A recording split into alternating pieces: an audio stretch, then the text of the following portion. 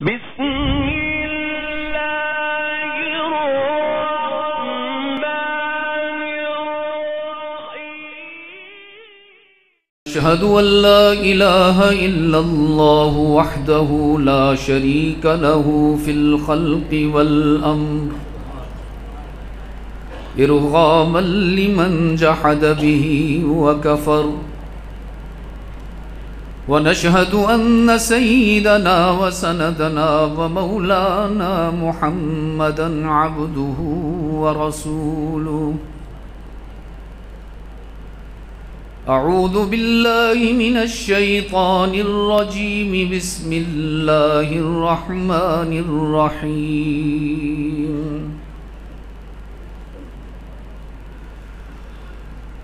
لقد من الله على المؤمنين إذ بعث فيهم رسولا وقال الله تبارك وتعالى في مقام آخر ومن أعرض عن ذكري فإن له معيشة ضنكا ونحشره يوم القيامة أعمى قال رب لم حشرتني أعمى وقد كنت بصيرا قال كذلك أتتك آياتنا فنسيتها فكذلك اليوم تنسى صدق الله مولانا العظيم وقال رسول الله صلى الله عليه وسلم لا يؤمن أحدكم حتى يكون هواه تبعا لما جئت به وصدق رسوله النبي الأمي الكريم ونحن على ذلك لمن الشاهدين والشاكرين والحمد لله رب العالمين خدا در انتظار حمد ما نیست محمد چشم بر راه ثنا نیست محمد حامد حمد خدا بس خدا مد آفرین مصطفیٰ بس محمد است می خواهم خدا را خدایا از تو حب مصطفیٰ را اللهم صل على محمد وعلى آل محمد كما صليت على إبراهيم وعلى آل إبراهيم إنك حميد مجيد اللهم بارك على محمد وعلى آل محمد كما باركت على إبراهيم وعلى آل إبراهيم إنك حميد مجيد واجب الاحترام علماء کرام عزیز مکرم مولانا عمر فاروق صاحب میزبان مکرم حافظ عبدالستار صاحب ارباب علم و دانش محترم بزرگوں عزیز دوستو آج 7 اکتوبر 2022 ہم یہاں جامع مسجد عثمان غنی پنڈ دادن خان پنجاب پاکستان میں سالانہ سیرت سرور کائنات صلی اللہ علیہ وسلم کے عنوان سے معنون اس مبارک مقدس اور انشاءاللہ مقبول محفل میں اللہ کو راضی کرنے کے جذبہ سے جمع ہوئے ہیں. میں اللہ کے حضور ملتجی ہوں کہ اللہ میری بھی اور آپ کی بھی حاضری کو قبول فرما لے. اس کا گلا خراب ہو گیا, آواز آ رہی سب کو؟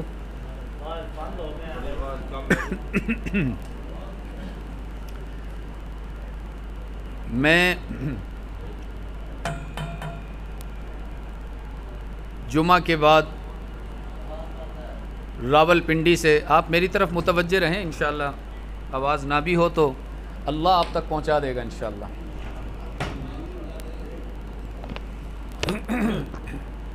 جمعہ میں نے راولپنڈی میں پڑھایا اور وہاں سے حسب پروگرام روانہ ہوا۔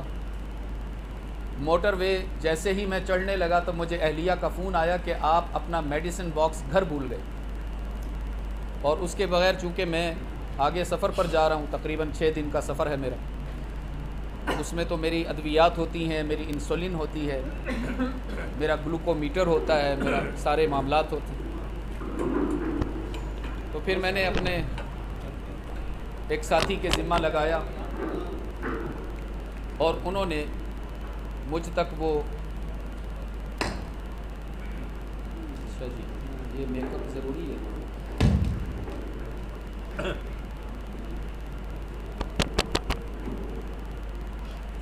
تو پھر ایک ساتھی نے مجھ تک میرا بیگ پہنچایا، تو اس میں 1 گھنٹہ میں مؤخر ہو گیا۔ پھر جو آپ کے یہ قریب جگہ ہے انٹرچینج، کون سا ہے جی؟ للہ، وہاں پہنچا تو مجھے عصر کے بعد چائے پینے کی عادت ہے، وہ مؤخر ہو جائے تو میرا سر دکھنے لگتا ہے۔ تو میں نے حافظ نسیم صاحب سے بات کی، میں نے کہا بھائی میں کیا کروں؟ انہوں نے کہا کہ یہ بہت اچھی جگہ ہے، آپ وہاں پہنچیں گے، چائے ملے گی، چائے پی لی۔ پھر اس کے بعد جو سفر شروع ہوا حضرات، اللہ اکبر، اس یقین سے آج آپ کے پاس پہنچا ہوں، اللہ نے میرے صغیرہ گناہ تو معاف فرما ہی دیے۔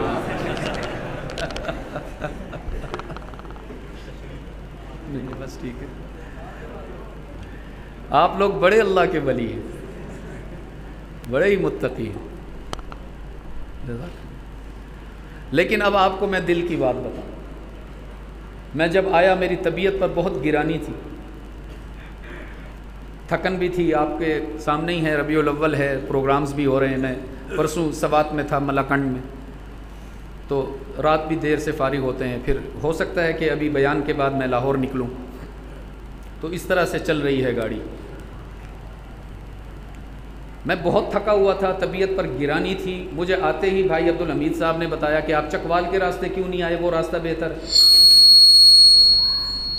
تو میں نے عرض کیا کہ مجھے بتایا نہیں گیا، مجھے تو یہ راستہ بتایا گیا، اگر وہ بتایا جاتا تو میں ادھر سے آ جاتا۔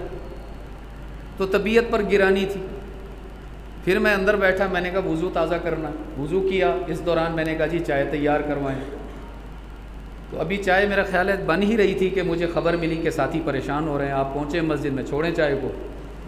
طبیعت میں اور گرانی ہوئی، لیکن اللہ جانتے ہیں، اللہ کو حاضر ناظر جان کر کہہ رہا ہوں، آپ لوگوں کو اتنی بڑی تعداد میں یہاں فریش دیکھ کر، آپ کے چہروں پر ایمان کی روشنی دیکھ کر، اور آپ کی آنکھوں میں وہ چمک دیکھ رہا ہوں جس سے مجھے لگ رہا ہے کہ آپ فیصل ندیم کو سننے نہیں آئے، آپ عبد المجید ندیم کو سننے آئے ہیں۔ میری تھکن کا ازالہ ہو گیا، واللہ میں بالکل فریش ہو گیا الحمدللہ۔ اور ویسے بھی عزیز دوستو، یہ جو راہ حق میں مشکلات آیا کرتی ہیں نا، یہ اللہ کی رضا کی علامت ہوا کرتی ہے۔ میں ایک شعر ساتھیوں کو سنایا کرتا تھا، اب تو چھوڑ دیا تھا، بیچ میں بھول ہی گیا تھا، آج آپ کو دیکھ کر پھر یاد آ گیا مجھے۔ ہے تو سرائکی کا، پتہ نہیں آپ لوگ سرائکی سمجھتے ہیں یا نہیں سمجھتے؟ سرائکی سمجھتے ہیں جی؟ چلو جہاں آپ نہیں سمجھ پائیں گے تو پھر خادم حاضر ہے، میں ابھی عرض کر دوں گا کچھ۔ یہ بتائیں عشاء کس وقت گزر گیا ہو؟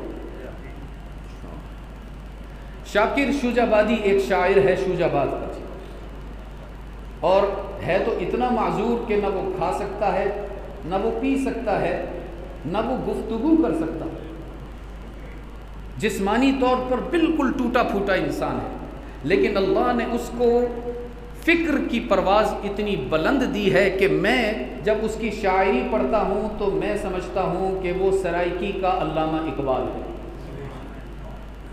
جیسے اقبال کی اشعار کی بنیاد قرآن و حدیث پر ہے، اس نے مجازی اشعار نہیں کہے، وقت ضائع نہیں کیے، بالکل اسی طرح شاکر نے بھی عشق مجازی پر بہت کم بات کی ہے، عشق حقیقی پر بات کی ہے۔ تو وہ شعر میں جب بہت تھک جاتا ہوں، سفر طویل ہو، تھکا دینے والا ہو، اہل و عیال سے جدائی بھی گوارا کرنا پڑتی ہے، تو اس کی وہ رباعی مجھے یاد آتی ہے۔ میں خود بھی اپنے آپ کو بھی سناتا ہوں، احباب کو بھی سناتا ہوں، تو ذرا تسلی ہوتی ہے۔ وہ یہ کہتا ہے، اتھاں جو بھوگ بھوگے ہن اتھاں کوئی تاں جزا ملسی۔ بھوگ بھوگے سرائکی میں کہتے ہیں مشقت اٹھانے کو، دکھ گوارا کرنے کو، تکالیف سے گزرنے کو، قربانیاں دینے کو۔ وہ کہتا ہے اتھاں جو بھوگ بھوگے ہن اتھاں کوئی تاں جزا ملسی، تھکیڑے سارے لہوے سے نبی ملسی، خدا ملسی۔ میرے عزیز دوستو، رحمت عالم، چلو آج آپ سے پہلی ملاقات ہے اس لیے آپ کو کچھ نہیں کہا، ورنہ میں ہمیشہ ہر جگہ کہا کرتا ہوں، نہ مجھے نعرے سننے کا شوق ہے، نہ میرا یہ ذوق ہے۔ زندہ باد مردہ باد ہمارے کہنے سے نہیں ہوتا، وہی ہوتا ہے جس کو اللہ زندہ رکھے۔ کوئی نعرہ نہیں سننا مجھے آپ سے، صرف ایک تقاضا ہے کہ جب بھی میرے اور آپ کے محبوب کا ذکر گرامی ہو، جب بھی ان کا نام نامی آئے، اشاروں میں ہو، کنایات میں ہو، صراحت میں ہو، وضاحت میں ہو، بے قرار ہو کر درود پاک پڑھنا ہے، بے قرار ہو کر۔ بس یہ میرا آپ سے تقاضا ہے۔ طے فرما لیں کوئی چیز تاکہ پھر میں بھی یکسو ہو جاؤں۔ اچھا یہ ختم ہو گیا، اس کے تو بس اسی کو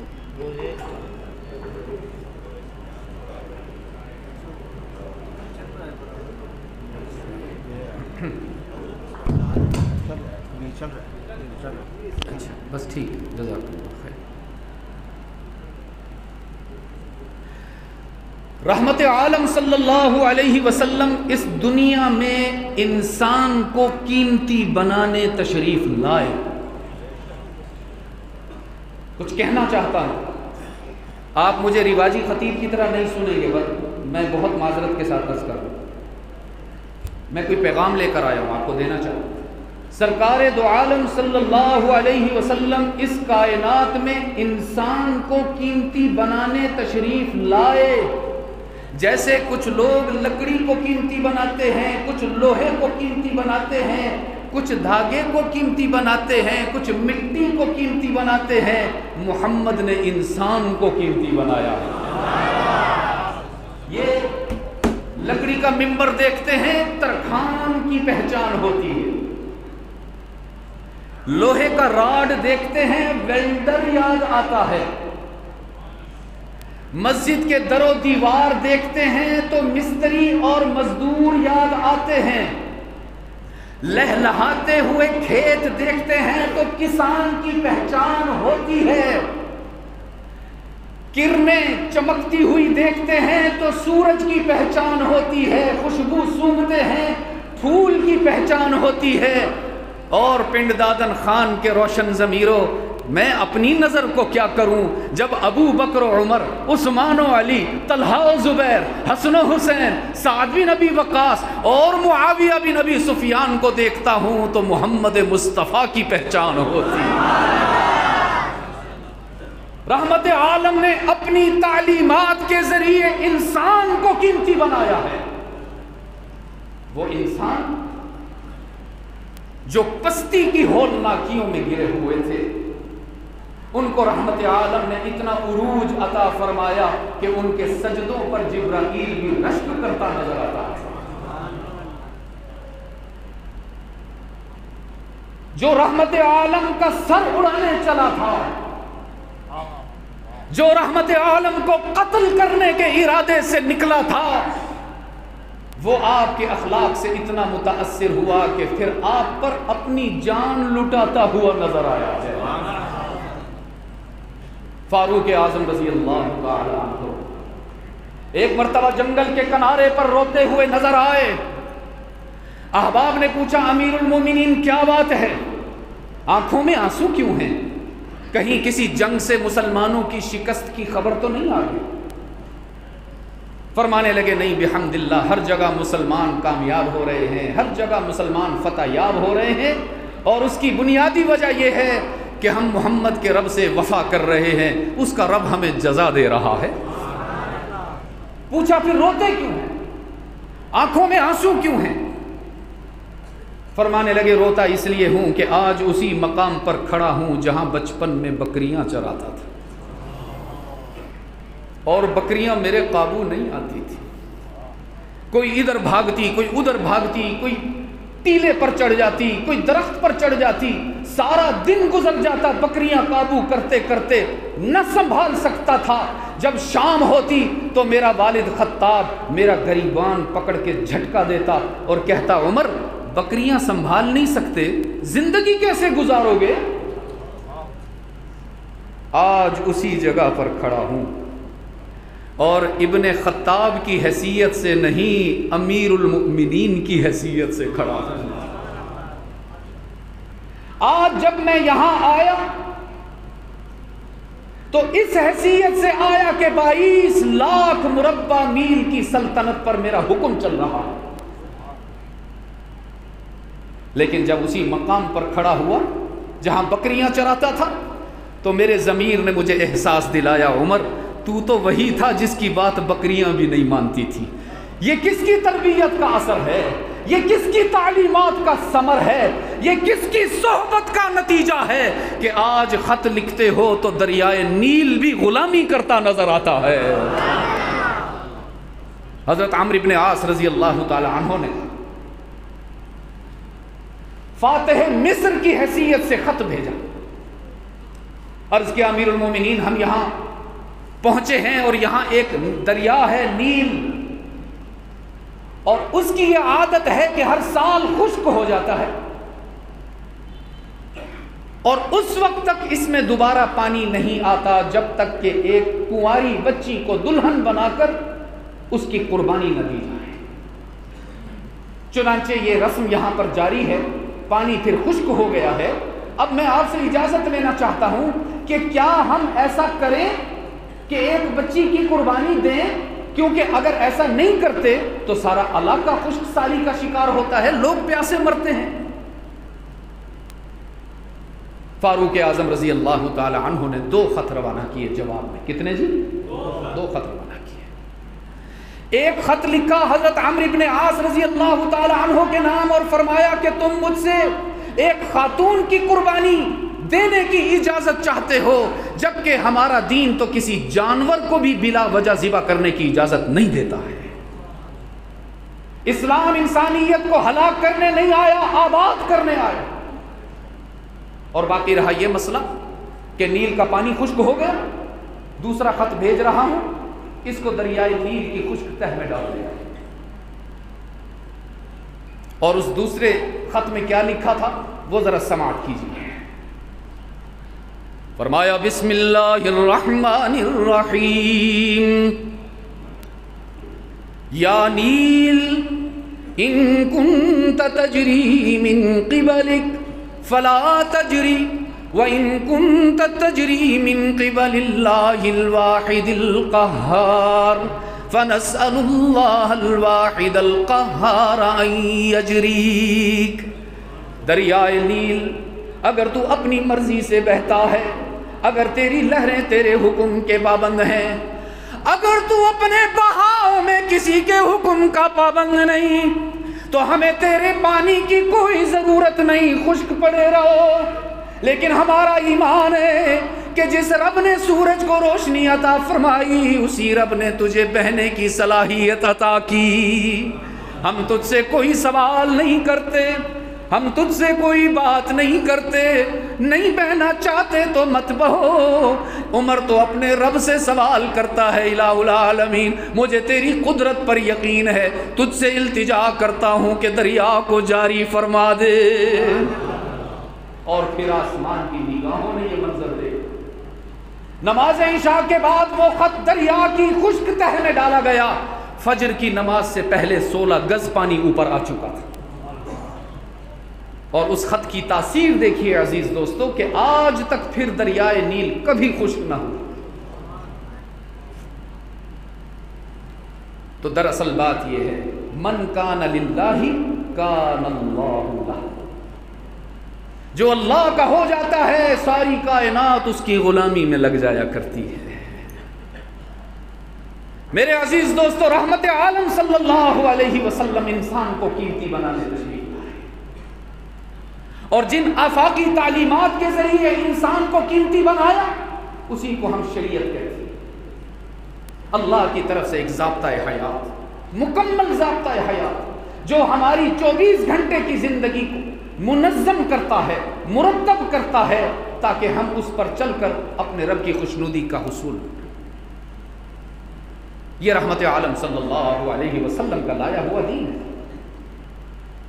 قرآن کریم میں حق تعالی نے فرمایا وَإِن كَانُوا مِن قَبْلُ لَفِي ضَلَالٍ مُبِينٍ، اہل ایمان پر ہم نے احسان کیا کہ ان کو ایسا قائد، ایسا معلم، ایسا رہبر، ایسا نبی عطا فرمایا کہ جس نے دنیا میں آ کر ان کی ضلالت کو ہدایت سے بدلا، شقاوت کو سعادت سے بدلا، جہالت کو معرفت سے بدلا، وحشت کو رحمت سے بدلا، اور اس رحمت عالم نے اپنی امت کے جہنمی لوگوں کی جہنم کو جنت سے بدلا۔ ورنہ حالت یہ تھی عزیز دوستو کہ بیت اللہ کے اندر بھی 360 بت پڑے ہوئے، اور بت پرستی کا جو آغاز ہوا وہ عمرو بن لحی نے کیا۔ مکہ مکرمہ میں سب سے پہلا بت لانے والا عمرو بن لحی تھا، جو سردار تھا مکہ۔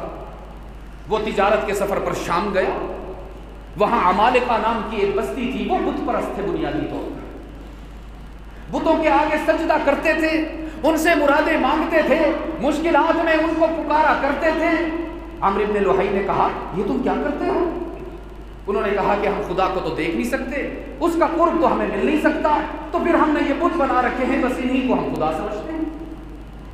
تو عمرو بن لحی نے کہا کہ ہمارے وہاں مکہ ہے، مکے کے اندر بیت اللہ اللہ کا گھر ہے، سب سے زیادہ حق تو اس کا ہے کہ وہاں یہ بت ہونے چاہیے، تو مجھے بھی بت چاہیے۔ تو سب سے پہلا جو بت بیت اللہ میں رکھا گیا وہ حبل نام کا تھا، کہ جو شام سے عمرو بن لحی لے کر آیا۔ اس لیے سرکار دو عالم صلی اللہ علیہ وسلم نے فرمایا تھا اول من بدل دین ابراہیم عمرو بن لحی، سب سے پہلے جس شخص نے دین ابراہیمی کو مسخ کر کے بت پرستی کا آغاز مکہ میں کیا وہ عمرو بن لحی تھا۔ اور آپ صلی اللہ علیہ وسلم نے فرمایا انی رأیت یجر امعاءہ فی النار، مجھے اللہ نے دکھایا اس کا انجام کیا ہوا کہ اس کا پیٹ پھٹا ہوا ہے، انتڑیاں باہر نکلی ہوئی ہیں، اور وہ جہنم کا ایندھن بن کر چکر لگا رہا ہے۔ آپ صلی اللہ علیہ وسلم نے گرتی ہوئی انسانیت کو سنبھالا، آپ صلی اللہ علیہ وسلم نے انسانی جبین کی آوارگیوں کو آبادیوں سے معمور فرمایا۔ انسان کا ماتھا در در پہ جھکا کرتا تھا، آپ صلی اللہ علیہ وسلم نے اسے ایک در کا در بنایا۔ میرے عزیز دوستوں، میں عرض کیا کرتا ہوں، یوں تو قرآن کریم میں بہت سے احکامات ہیں، لیکن دو حکم بہت ہی خاص ہیں۔ میں آج کی اس ملاقات کے حوالے سے بس صرف وہ دو احکامات آپ کے سامنے رکھ کر اجازت چاہوں، اور ان دو احکامات کی خصوصیت یہ ہے کہ ان میں اللہ کی طرف سے کوئی رعایت نہیں ہے، کوئی نرمی نہیں ہے، کوئی رخصت نہیں ہے، کسی قسم کا عذر قبول نہیں ہے۔ باقی تمام احکامات میں ہمیں نرمی ملتی ہے، اللہ کی طرف سے رعایت ملتی ہے۔ اب دیکھیے نماز کتنا بڑا حکم ہے، سب پڑھتے ہیں نا جی؟ جواب بتا رہا ہے مجھے، سب نماز پڑھتے ہیں؟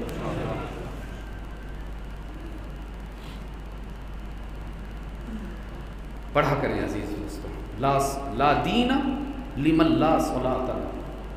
بہت ہی عجیب بات کہی ہے رحمت عالم صلی اللہ علیہ وسلم کہ جس کی نماز نہیں ہے تو اس کے دین کا اعتبار بھی نہیں۔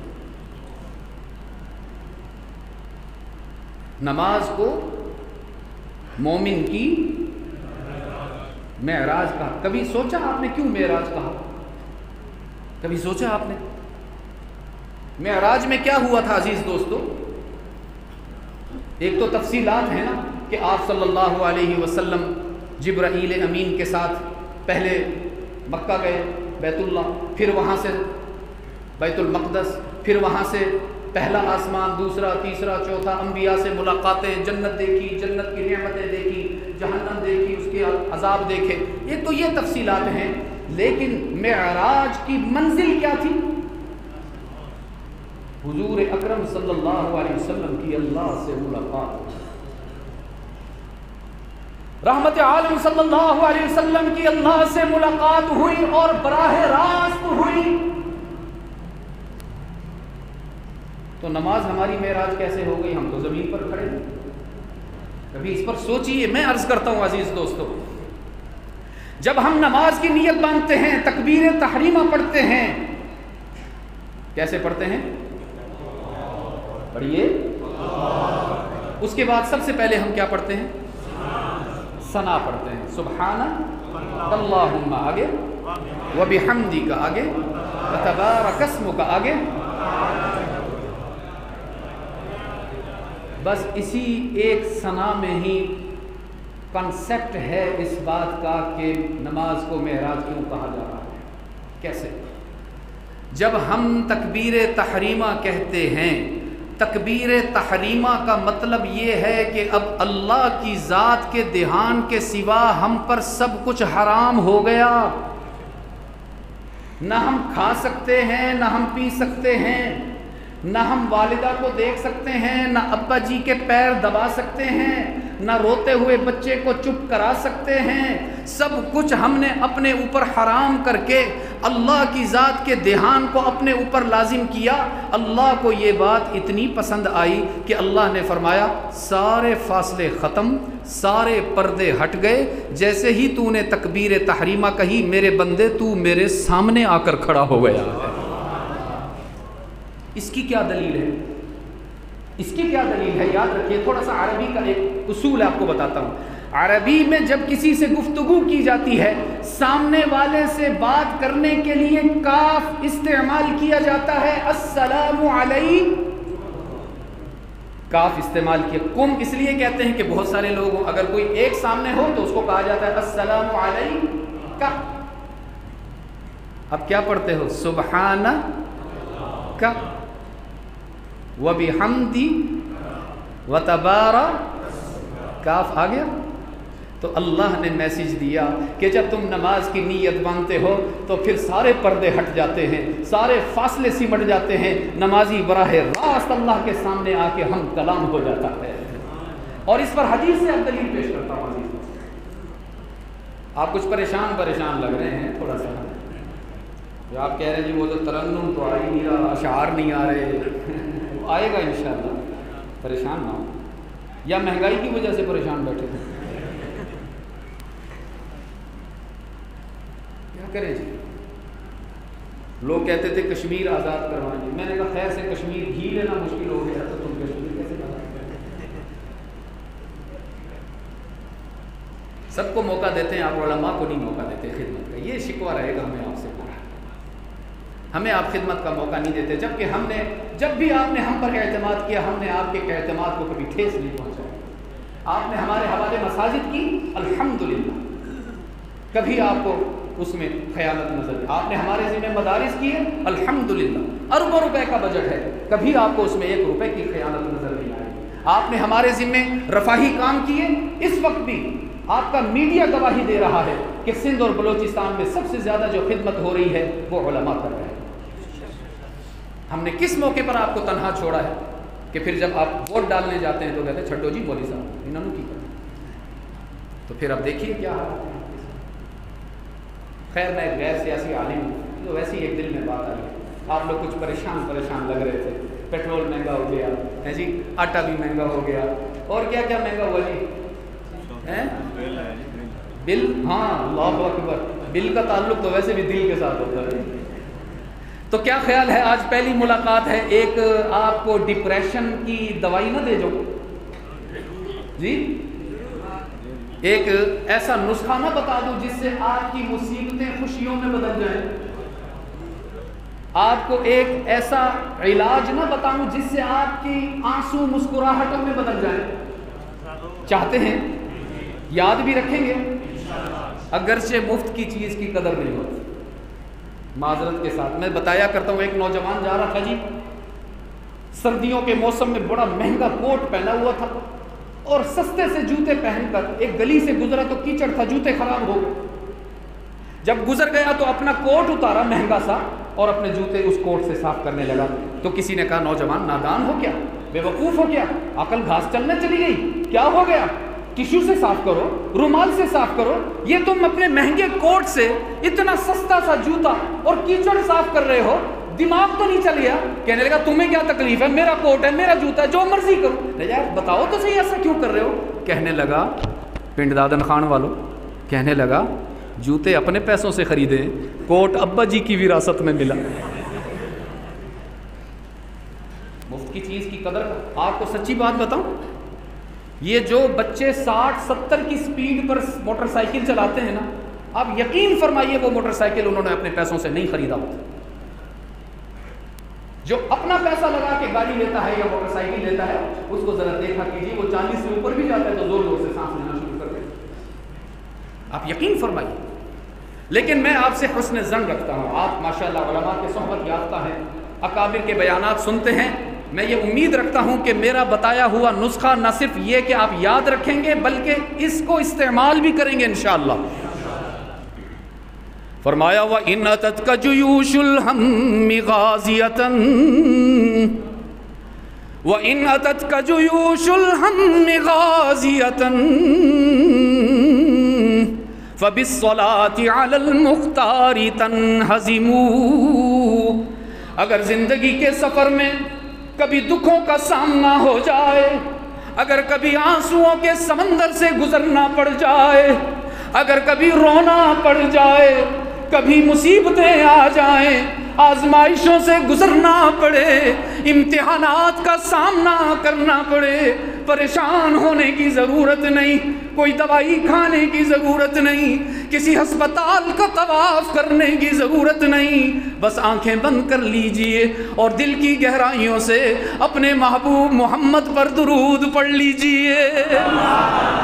رب کعبہ کی قسم، اس درود پاک کی برکت سے اللہ آپ کے غموں کو خوشیوں میں تبدیل کر کے دکھائے گا۔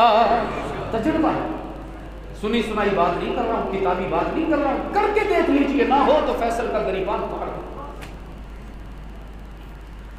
میرے عزیز دوستو،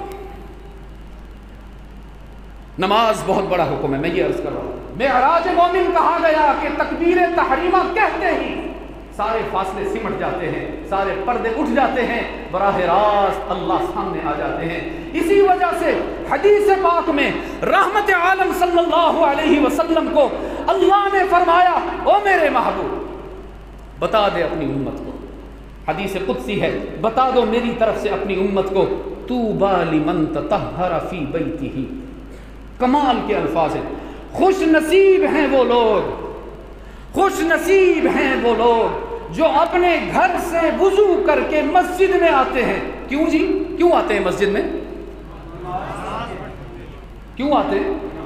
اور نہیں بھائی، الفاظ ہی بدل دیے اللہ نے، قربان جاؤں اس کی رحمت۔ فرمایا طوبی لمن تطہر فی بیتہ۔ حق تعالیٰ فرما رہے ہیں میرا بندہ بڑا سعادت مند ہے، بڑا خوش نصیب ہے، بڑا انعام یافتہ ہے، بڑا ہدایت یافتہ ہے کہ گھر سے وضو کر کے مسجد آتا ہے، نماز بعد میں ہوتی ہے، ثم زارنی، پہلے اللہ کی زیارت نصیب ہوتی ہے،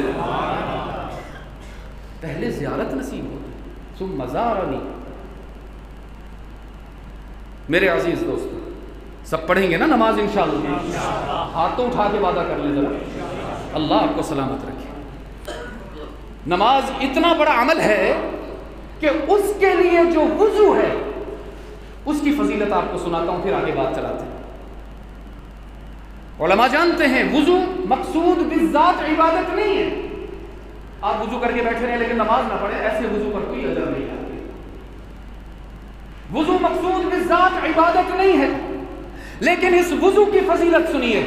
صحابہ نے عرض کیا اللہ کے رسول اتعرفنا یومئذ، حشر کے روز اتنی امتیں ہوں گی، اتنے انبیاء ہوں گے، اتنے افراد اور انسان ہوں گے، اتعرفنا، آپ ہمیں پہچانیں گے کہ یہ کسی اور نبی کا نہیں ہے، یہ تو میرا امتی ہے؟ رحمت عالم صلی اللہ علیہ وسلم مسکرا دیے، اور میں کہا کرتا ہوں جب میرے آقا مسکراتے تھے اللہ کی رحمت بھی خوش ہو جاتی تھی۔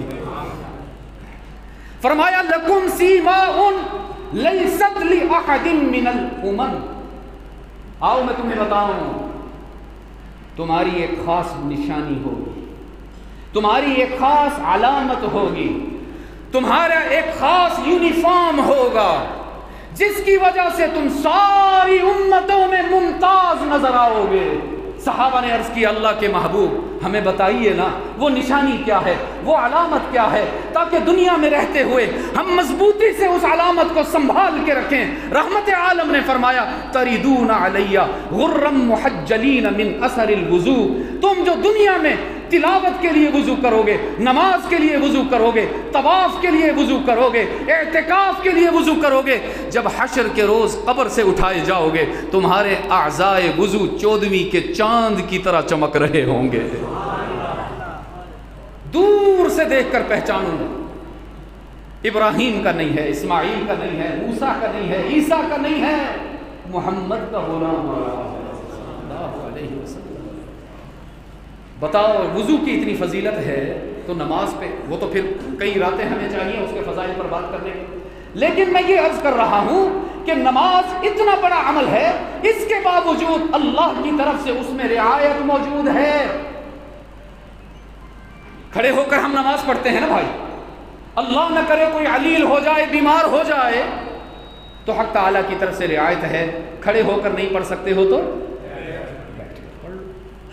اللہ نہ کرے کوئی اور زیادہ مریض ہو گیا، بیٹھ کر بھی نہیں پڑھ سکتا تو نرمی اور رعایت موجود ہے، اگر بیٹھ کر بھی نماز نہیں پڑھ سکتے تو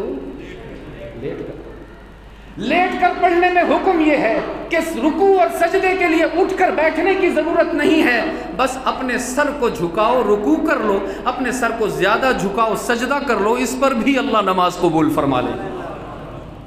اس سے بھی آگے عرض کرو، اللہ نہ کرے علالت اس سے بھی زیادہ بڑھ گئی کہ لیٹ کر سر بھی نہیں ہلا سکتے تو بھی نرمی موجود ہے، آنکھوں کی پلکوں سے اشارہ کر لو، اللہ اسی کو رکوع اور سجدہ بنا دے گا۔ نماز میں رعایت نہیں۔ روزہ کتنا بڑا عمل ہے، اس کے فضائل میں ہم کہاں جائیں، روزہ اتنا بڑا عمل مگر اس میں بھی رعایت ملتی ہے۔ فرمایا من کان منکم مریضا او علی سفر فعدۃ من ایام اخر، اگر مریض ہو اللہ نہ کرے یا مسافر ہو گئے ہو، اگر مریض ہو یا مسافر ہو گئے ہو تو وقتی طور پر روزہ چھوڑ دو، بعد میں رکھ لو، رعایت مل گئی۔ زکوٰۃ کتنا بڑا حکم ہے، اس میں بھی اللہ کی طرف سے نرمی موجود ہے، اکٹھی نہیں دے سکتے ہو، تھوڑی تھوڑی کر کے دے، لیکن دو حکم اللہ کے ایسے ہیں، کوئی رعایت نہیں، کوئی نرمی نہیں، کسی قسم کا کوئی کمپرومائز نہیں، وہ آپ کے سامنے عرض کرتا ہے۔ فرمایا وَقَضَىٰ رَبُّكَ أَلَّا تَعْبُدُوا إِلَّا إِيَّاهُ وَقَضَىٰ رَبُّكَ، الفاظ بدلے ہیں، ہمارا ربک نہیں کہا اللہ نے، الفاظ بدلے، قضا ربک، جیسے سپریم کورٹ کوئی فیصلہ کر دے تو وہ کہیں چیلنج، اس کو کوئی تبدیل، اس کو کوئی منسوخ، رب العالمین نے فرمایا قضا ربک، تمہارے رب کی طرف سے فیصلہ ہو گیا، قانون بن گیا، ضابطہ اور اصول طے ہو گیا کہ اب قیامت تک کسی اور کی عبادت کی گنجائش نہیں، سب کس کی عبادت کریں گے، کس کی؟ جواب مجھے پورا چاہیے، ادھورا نہیں، جواب درست بھی چاہیے، تندرست بھی چاہیے۔ جواب میں آپ سے وہ سننا چاہتا ہوں جو میرے ابا نے 55 سال تک آپ کو سنایا بھی ہے، سکھایا بھی ہے، کہلوایا بھی ہے۔ صرف اللہ نہیں کہنا عزیز دوستو، اللہ اور ہی پر اتنی ضرب لگائے، ہی پر اتنا زور لگائیں کہ آپ کا پنڈ دادن خان سارا موحد ہو جائے، توحید کے اجالوں سے منور ہو جائے، شرک کے سارے دروازے بند ہو جائیں۔ رب العالمین نے فرمایا قضا ربک، فیصلہ ہو گیا، قانون، ضابطہ، نو کمپرومائز، نو معافی، کسی قسم کی تبدیلی نہیں، کوئی تنسیخ نہیں، کوئی چیلنج نہیں کر سکتا۔ فرمایا قضا ربک اللہ تعبدوا الا ایاہ، ضابطہ ہو گیا، قانون بن گیا کہ تم سب کی جبین کی نیاز مندیوں کے لیے مسجود کون ہے؟ اللہ ہی کہنا ہے۔ اور اس جواب میں آج میں بوڑھوں کو بھی جوان دیکھنا چاہتا ہوں، اس لیے کہ یاد رکھنا عزیز دوستو، اگر عقیدہ توحید کو زمزم کی طرح صاف رکھا، اگر ہی میں بھی کو نہ ملنے دیا، اگر توحید میں شرک کی ملاوٹ نہ ہونے دی، تو رب کعبہ کی قسم غلطیوں کے باوجود، گناہوں کے باوجود، خطاؤں کے باوجود جنت واجب ہوگی تم پر۔ اس لیے تم سے کہلوا رہا ہوں، اونچا کہلوا رہا ہوں، بار بار کہلوا رہا ہوں کہ دنیا والے کہنے لگے ہیں ماحول خراب ہے، عجیب رواج ہے، لوگ کہتے ہیں کہ جی وہ اللہ بھی کرتا ہے، دوائیاں بھی کرتی ہیں، حکومت بھی کرتی ہے، لیڈر بھی کرتے ہیں، اور محمد سکھا کے گیا ہے، محمد کے ماننے والے سکھا کے گئے ہیں، کائنات میں کسی سے کچھ نہیں ہوتا، سب کچھ کرنے والا کون؟ بس یہی کو ذرا صاف شفاف رکھنا، کنفیوژن نہ ہو، کسی کو سن کر یہ نہ لگے کہ یہ تو بھی کہہ رہا ہے۔ اتنا واضح جواب ہونا چاہیے۔ رب العالمین نے فرمایا قضا ربک اللہ تعبدوا الا ایاہ، تم سب کا معبود کون ہے؟ تم سب کا مسجود کون ہے؟ علام الغیوب کون ہے؟ کارساز و دستگیر کون ہے؟ حاجت روا اور مشکل کشا کون ہے؟ مشکل کشا کون ہے؟ اپنے بندوں کی مشکلات میں کام آنے والا کون ہے؟ دیکھو نا عزیز دوستو، چیلنج کر رہا ہے قرآن کریم، 1430 سال سے چیلنج کر رہا ہے کہ جب کبھی بھی کسی نبی پر مشکل آئی ہے، جب کبھی بھی کسی رسول پر مشکل آئی ہے، تو نبی نے، رسول نے اس مشکل وقت میں کسی اور کو نہیں پکارا، سب نے کس کو پکارا ہے؟ ہم سب کے والد ہیں سیدنا آدم، سیدنا ہم سب کے والد ہیں، ساری انسانیت کے والد ہیں، ان پر مشکل وقت آ گیا، اللہ نے جنت سے زمین پر بھیج دیا، 300 سال ہو گئے دعائیں مانگتے مانگتے، کتنے جی؟ 300۔ اور ہم تو 3 منٹ میں ہی تھک جاتے ہیں، کہتے ہیں جی اللہ دعا ہی قبول کر۔ 300 سال ہو گئے، اور روایات میں آتا ہے ان 300 سالوں میں حضرت آدم نے حیا کی وجہ سے آسمان کی طرف سر اٹھا کر نہیں دیکھا۔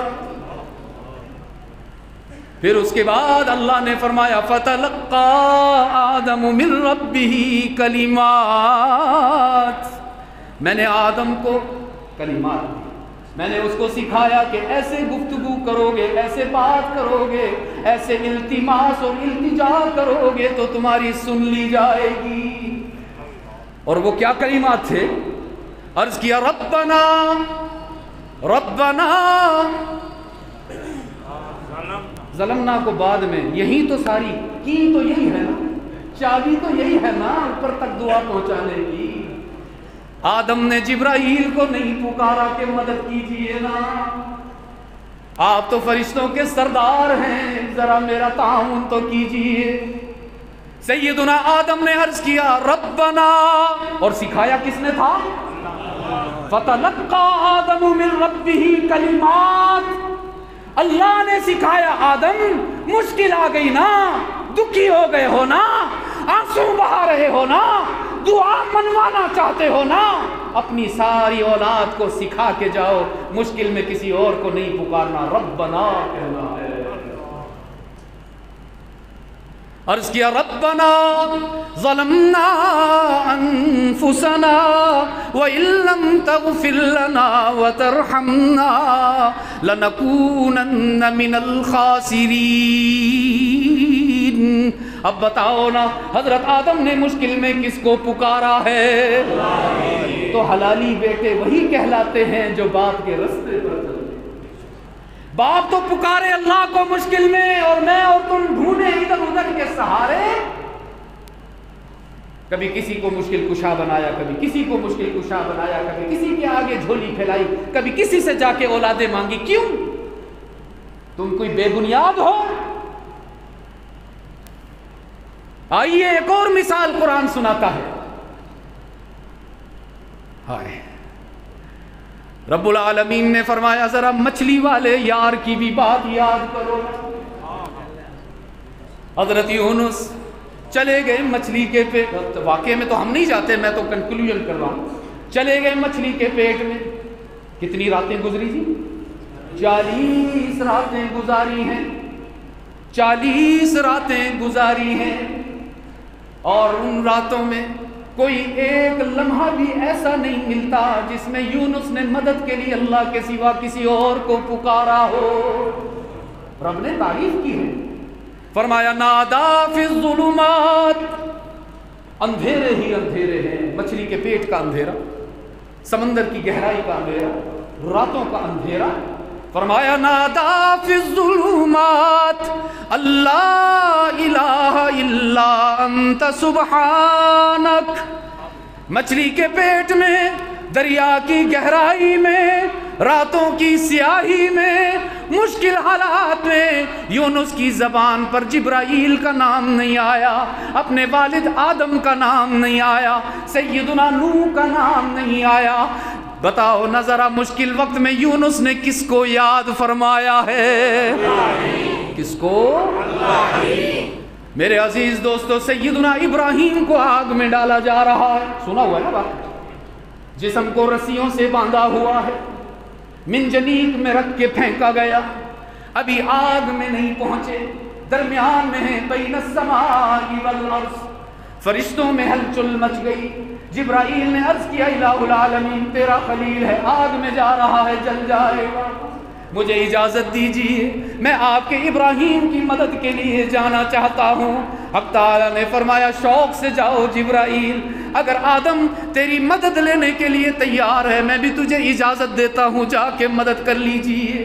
جبرائیل آئے، اکیلے نہیں آئے، ساتھ میں ملک الجبال کو بھی لے کر آئے، ملک البحار کو بھی لے کر آئے، آ کر عرض کیا ابراہیم دیکھیے نا میرے ساتھ فرشتہ آیا ہے جو سمندروں کا نظام سنبھالتا ہے، اگر آپ فرمائیں یہ ابھی طوفان لے کر آئے گا، ساری آگ بجھ جائے گی۔ یہ دوسرا فرشتہ آیا ہے، اس کے سامنے اس کے ہاتھ میں اللہ نے پہاڑوں کا نظام رکھا ہے، اگر آپ حکم دیجئے ابھی پہاڑ گرائے گا، آگ بھی بجھ جائے گی، آپ کا دشمن بھی نیست و نابود ہو جائے گا۔ بتائیے نا الک حاجۃ الیہ، الک حاجۃ الیہ، ابراہیم کیا آپ کو مدد کی ضرورت نہیں؟ کیا آپ کو تعاون کی ضرورت نہیں؟ کیا آپ کو نہیں پسند کہ میں آپ کی مشکل میں کام آؤں؟ ابراہیم نے عزیز دوستو آنکھ اٹھا کر بھی جبرائیل کو نہیں دیکھا، فرمانے لگے اما الیک فلا واما الی اللہ فنعم۔ ابراہیم کو مدد تو چاہیے لیکن جبرائیل جیسے تنکے کی مدد نہیں چاہیے، مجھے تو اپنے اللہ کی مدد چاہیے۔ تو پھر اللہ نے کیسے مدد کی عزیز دوستو؟ اللہ چاہتے تو بارش برسا کے آگ کو بجھا دیتے نا، اللہ چاہتے تو ہوا کو بھیج کر آگ کو اڑا دیتے نا۔ آگ رہی، اسی طرح جل رہی ہے، اسی طرح بھڑک رہی ہے، اس میں سے لکڑیوں کے چٹکنے کی آواز بھی آ رہی ہے، لیکن سیدنا ابراہیم فرماتے ہیں مجھے اپنی ماں کی گود میں وہ سکون نہ ملا جو مجھے اس آگ میں جا کر سکون ملا۔ ابراہیم نے مشکل وقت میں کس کو یاد کیا؟ نہیں آپ کا تو جواب اور زیادہ بلند ہونا چاہیے، میں تو دلائل دے رہا ہوں، جواب کمزور نہیں عزیز دوستو۔ ہاں، یونس نے مشکل وقت میں کس کو یاد کیا؟ ابراہیم نے مشکل وقت میں کس کو یاد کیا؟ یوسف کو دیکھیے نا، جیل کی گھاٹیوں میں، جیل کی تنہائیوں میں 7 سال گزارنے پڑ گئے، 7 سال لیکن ایک لمحہ بھی نہیں ملتا نہ قرآن میں نہ حدیث میں نہ تاریخ میں کہ ان 7 سالوں میں 7 سیکنڈز کے لیے بھی یوسف نے کسی اور کو مدد کے لیے پکارا ہو. کسی کو نہیں. حضرت موسیٰ پر مشکل آئی تو موسیٰ نے کس کو یاد کیا؟ اور سارے مقتدی ہیں، محمد سب کا امام ہے نا، صلی اللہ ایسا نبی اللہ نے ہمیں عطا فرمایا کہ فرمایا سر سے لے کر پاؤں تک تنویر ہی تنویر ہے، صلی اللہ. اب تک میں بولا ہوں، اب آپ کی باری ہے. سر سے لے کر پاؤں تک تنویر ہی تنویر ہے، صلی اللہ.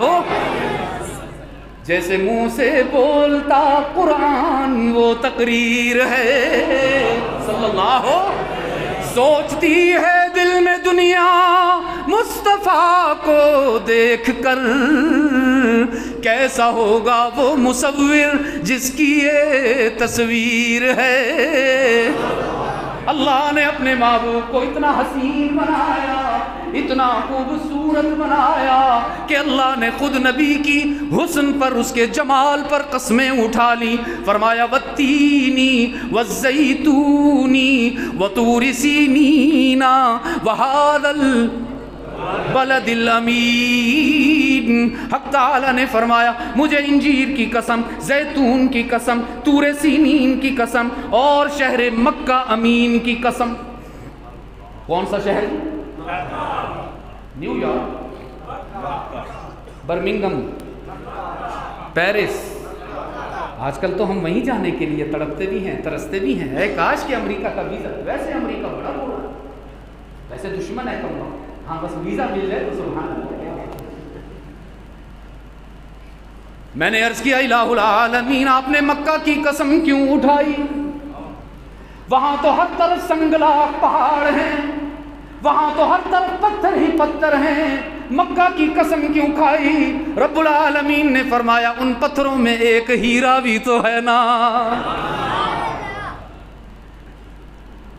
لا اقسم بہذا البلد، مکہ کی قسم کھا رہا ہوں. اور اس لیے نہیں کہ وہاں بیت اللہ ہے، اس لیے نہیں کہ وہاں صفا مروہ ہے نا بیت اللہ. دیکھا ہے آپ میں سے کسی؟ کون کون گئے ہیں؟ تھوڑے تھوڑے ہاتھ اٹھیں. شوق کس کس کا ہے جانے کا؟ ماشاءاللہ ماشاءاللہ. کچھ ہاتھ ہیں جو ڈبل اٹھے ہیں، ابھی بھی سنگل ہاتھ اٹھے. اللہ آپ کو جلدی لے جائے بھائی. وہ میں دوستوں کو سناتا ہوں، اگرچہ اب لطیفہ پرانا ہو گیا تو مجھے سناتے ہوئے بھی مزہ نہیں آتا. میں سندھ میں تھا، بیان کے دوران ایک بات آئی. میں نے کہا آپ میں سے شادی شدہ کون کون ہیں؟ ہاتھ لوگوں نے کھڑے کر دیے. ادھر کونے میں ایک نوجوان بیٹھا تھا، کرسی سے اٹھ کے دونوں ہاتھ اوپر کر دیے. میں نے کہا بھائی آپ تو قابل صد مبارکباد ہیں، ہم تو ایک شادی نبھا رہے ہیں، اللہ توفیق دے. آپ تو ماشاءاللہ جوانی میں دو. کہنے لگا مفتی صاحب 2 کی کیا بات ہے، ابھی تو خیر سے 1 بھی نہیں ہوئی. تو پھر عزیز آپ نے دونوں ہاتھ کیوں اٹھائے؟ کہتا ہے حضرت شادی کا شوق بہت ہے نا جی. آپ میں سے کس کس کو شوق ہے کہ مکہ دیکھا ہے؟ شکر ہے 2 ہاتھ تو اٹھے الحمدللہ. اور اصل میں حضرت جی بات یہ ہے شیخ کہ جب ہم عمرے کا یا حج کا ارادہ کرتے ہیں نا، جب ہم سوچتے ہیں کہ سعودیہ جائیں، حرمین شریفین کی زیارت ہو، تو ادھر دیکھنا پنڈ والوں، ہماری نظر ادھر جانے کے بجائے ہم سوچتے ہیں پیسے تو ہیں نہیں، جائیں گے کیسے؟ ریال تو ہے نہیں، ڈالر تو مہنگا ہو گیا، ٹکٹیں بڑی مہنگی ہو گئی، جائیں گے کیسے؟ اور یاد رکھنا، میں آپ کو اپنا ایمان بھی بتاتا ہوں، اپنا تجربہ بھی بتاتا ہوں کہ ہم اپنے پیسوں سے عمرے پر نہیں جاتے، ہمیں ریال حج پہ نہیں لے کر جاتا. رب العزت کی جلالت کی قسم ہمیں اللہ کا کرم لے کر جاتا ہے. جب وہ لے جانے کا ارادہ کر لے، حالات بھی بناتا ہے، اسباب بھی بناتا ہے. ایک چیوٹی کو بھی لے گیا تھا. مولانا روم رحمت اللہ علیہ نے لکھا ہے، فرمایا بود مورے حوث داشت کے در کا برسد. ہم تو اللہ سے مانگتے ہیں نا جی، ڈیفنس کی فائل مل جائے، بحریہ ٹاؤن کا پلاٹ مل جائے، 2 فیکٹریاں اور لگ جائیں. ذرا دیکھو نا ایک چیوٹی نے اللہ سے کیا کہا. فرمایا بود مورے حوث داشت کے در کا برسد، بود مور حوث داشت کہ در کعبہ رسد، دست بر پائے کبوتر زد و ناگار رسید۔ ایک چیونٹی کے دل میں آرزو پیدا ہوئی، کس کے دل میں؟ آپ کو کیا کہتے ہیں چیونٹی کو؟ اس دن میں وہ سوات میں تھا، وہ کہہ رہے تھے میگے، ہم میگے کہتے ہیں پشتو میں، تو آپ لوگ کیا کہتے ہیں؟ ایک کیڑی کے دل میں آرزو پیدا ہوئی، الہ العالمین میرا دل چاہتا ہے کسی طرح مکہ پہنچ جاؤں اور بیت اللہ کے گرد دیوانی ہو کر چکر لگاؤں اور پھر زندہ واپس نہ آؤں، کسی حاجی کے پاؤں کے نیچے آ کر شہید ہو جاؤں۔ لیکن کہنے لگی الہ العالمین چھوٹی سی چیونٹی ہوں، راستے میں ہزاروں میل کے صحرا ہیں، متلاطم سمندر ہیں، موجزن دریا ہیں، سرب فلک پہاڑ ہیں، گھنے جنگلات ہیں، نہیں پہنچ پاؤں گی، کیسے چلی جاؤں؟ رب العالمین نے فرمایا پیاری کیڑی تو چھوٹی ہے تو کیا ہوا، تیرا رب تو بہت بڑا ہے، تیرا کام تھا دعا کرنا، میرا کام ہے عطا کرنا، تیرا کام تھا مانگ لینا، میرا کام ہے مان لینا، تو نے اپنا کام کر لیا، اب میں تجھے اپنا کام کر کے دکھاؤں گا۔ ایک کبوتر کی ڈیوٹی لگائی، کس کی جی؟ ہائے ہائے، ایک کبوتر کی ڈیوٹی لگائی، حق تعالیٰ نے فرمایا جاؤ میرے کبوتر اڑتے ہوئے جاؤ، دیر نہ کرو، راستے میں رکنا نہیں، بریک نہیں، رفتار آہستہ نہیں کرنی، ابھی چیونٹی کی دعا پوری نہ ہو کہ اس کے پاس پہلے پہنچ جاؤ۔ وہ کبوتر آیا، اڑتا ہوا آیا اور چیونٹی کے قریب بیٹھ گیا۔ حق تعالیٰ نے فرمایا پیاری کیڑی بیٹھ جا اس کے پاؤں پر، یہی تیرا جہاز بن جائے گا۔ پنڈ دادن خان والو ذرا تم بتاؤ نا، ٹکٹ کی ضرورت تھی کہ نہیں تھی؟ ٹکٹ چاہیے تھی چیونٹی کو؟ ذرا اونچا بولو نا، نہیں، اتنا اونچا بولو کہ دل سے غیر اللہ سے ہونے کا یقین نکل جائے۔ ٹکٹ کی ضرورت، پاسپورٹ کی ضرورت، ویزے کی ضرورت، ریال کی ضرورت، کسی انتظام کی ضرورت نہیں۔ حق تعالیٰ نے فرمایا پیاری کیڑی بیٹھ جا اس کے پاؤں پر، یہی تیری فلائٹ بن جائے گا۔ وہ چیونٹی کبوتر کے پاؤں پر بیٹھ گئی اور کبوتر اللہ کے حکم سے اڑنا شروع ہو گیا۔ اڑتے اڑتے صحراؤں کو گزر گیا، دریاؤں کو کراس کیا، پہاڑوں کو سر کیا، جنگلات سے گزر گیا اور چشم زدن نے سیدھا مکہ پہنچ گیا، بیت اللہ کی چھت پہ بیٹھ گیا۔ حق تعالیٰ نے فرمایا چیونٹی چھوڑ دے اس کا پاؤں، تیری دعا قبول ہو گئی ہے۔ کبھی اس سے مانگ کے تو دیکھیے نا، ہم نے تو دعاؤں کو بھی رواج بنا لیا۔ ہمارے استاد فرمایا کرتے تھے اب ہم دعائیں پڑھتے ہیں، مانگتے نہیں، پڑھتے ہیں ہم دعا بس، مانگتے نہیں ہے۔ مانگنا سیکھنا ہو اپنے گھر میں موجود چھوٹے بچے سے سیکھو، پہلے منمناتا ہے، پھر اس کے بعد تمہارا دامن پکڑ کے کھینچتا ہے، تمہارے بالوں کو ہاتھ لگا کر منت سماجت کرتا ہے۔ نہیں مانتے ہو تو پھر زمین پر لیٹ کر لوٹ پوٹ ہو کر جھوٹ موٹ کے آنسو بہاتا ہے، تو تم سخت دل ہونے کے باوجود بھی اس کی فرمائش پوری کر دیتے ہو۔ او میرا رب تو ارحم الراحمین ہے، وہ تو کہتا ہے اگر رونا نہیں آتا تو پریشان نہ ہو، رونے جیسی شکل بنا لو، اس پر بھی قبول ہو جائے۔ ہم نے تو بالکل تکلف کیا ہوا ہے عزیز دوستو۔ اور سنیے قرآن کیا کہتا ہے، فرمایا من یعمل سوءا او یظلم نفسا ثم یستغفر اللہ یجد اللہ غفورا رحیما۔ اگر تم سے بہت گناہ ہو گئے، اگر تم سے بہت خطائیں سرزد ہو گئیں، زندگی کے سفر میں قدم قدم پر نفس کے جال میں الجھ کر لڑکھڑاتے رہے، اگر دن رات اللہ کی نافرمانی میں مشغول رہے، نیکیوں کا ذرہ بھی نہیں، گناہوں کا انبار ہے، آسمان کے ستاروں سے زیادہ گناہ، ریت کے ذروں سے زیادہ خطائیں، بارش کے قطروں سے زیادہ غداریاں، ہوا کے جھونکوں سے زیادہ بدعملیاں ہیں۔ رب العالمین فرماتے ہیں اپنے گناہوں کی کثرت کو دیکھ کر مایوس نہ ہوا کرو، بس میرے پاس آؤ نا، بس ایک دفعہ میرے در پہ آؤ تو صحیح، جبین نیاز جھکاؤ تو صحیح، طلب کا دامن پھیلاؤ نا، شرمندگی کے آنسو بہاؤ نا۔ اس کی بارگاہ سے اعلان ہو رہا ہے تمہارے آنے میں دیر ہو سکتی ہے، اس کے راضی ہونے میں دیر نہیں۔ اتنی دوری کیوں عزیز دوستو؟ اللہ سے دوری جائز نہیں، اللہ سے دوری جائز نہیں، اسے بدگمانی جائز نہیں۔ کبھی دل میں اس خیال کو نہ آنے دینا کہ میرا اللہ مجھے کیسے معاف کرے گا۔ عجیب حدیث بخاری کی یاد آئی، آپ صلی اللہ علیہ وسلم نے فرمایا اللہ حشر کے روز ایک شخص کو اپنے قریب کرے گا، ایک بندے کو اتنا قریب کرے گا کہ اس کی اور اللہ کی بات کوئی تیسرا نہیں سن سکے گا، اور پھر حق تعالیٰ اسے فرمائیں گے اتعرف ذنب کذا، اتعرف ذنب کذا، یاد ہے تو نے فلاں موقع پہ یہ گناہ کیا تھا، فلاں موقع پہ یہ برائی کی تھی، یاد ہے تو نے فلاں موقع پر ایسے میری شریعت کا حکم توڑا تھا، یاد ہے تو نے فلاں موقع پر ایسے مجھے ناراض کیا تھا۔ تو کہے گا یا اللہ سب کچھ یاد ہے، تیرے سے تو کچھ چھپا ہی نہیں، میں اپنی اولاد سے بھی چھپا سکتا تھا، تجھ سے تو نہیں چھپا سکتا تھا، میں اپنے والدین سے بھی چھپا لیتا تھا، تیرے سے تو نہیں چھپتا۔ اس کی شرمندگی، اس کی لجاجت، اس کی عاجزی دیکھ کر اللہ عجیب بات فرمائیں گے عزیز دوستو، اللہ فرمائیں گے سترتها علیک فی الدنیا وغفرتها لک اليوم، ارے دنیا میں نے تیرے گناہوں کو سب سے چھپا کے رکھا تھا، آج میں تیرے لیے مغفرت کا اعلان کرتا ہوں۔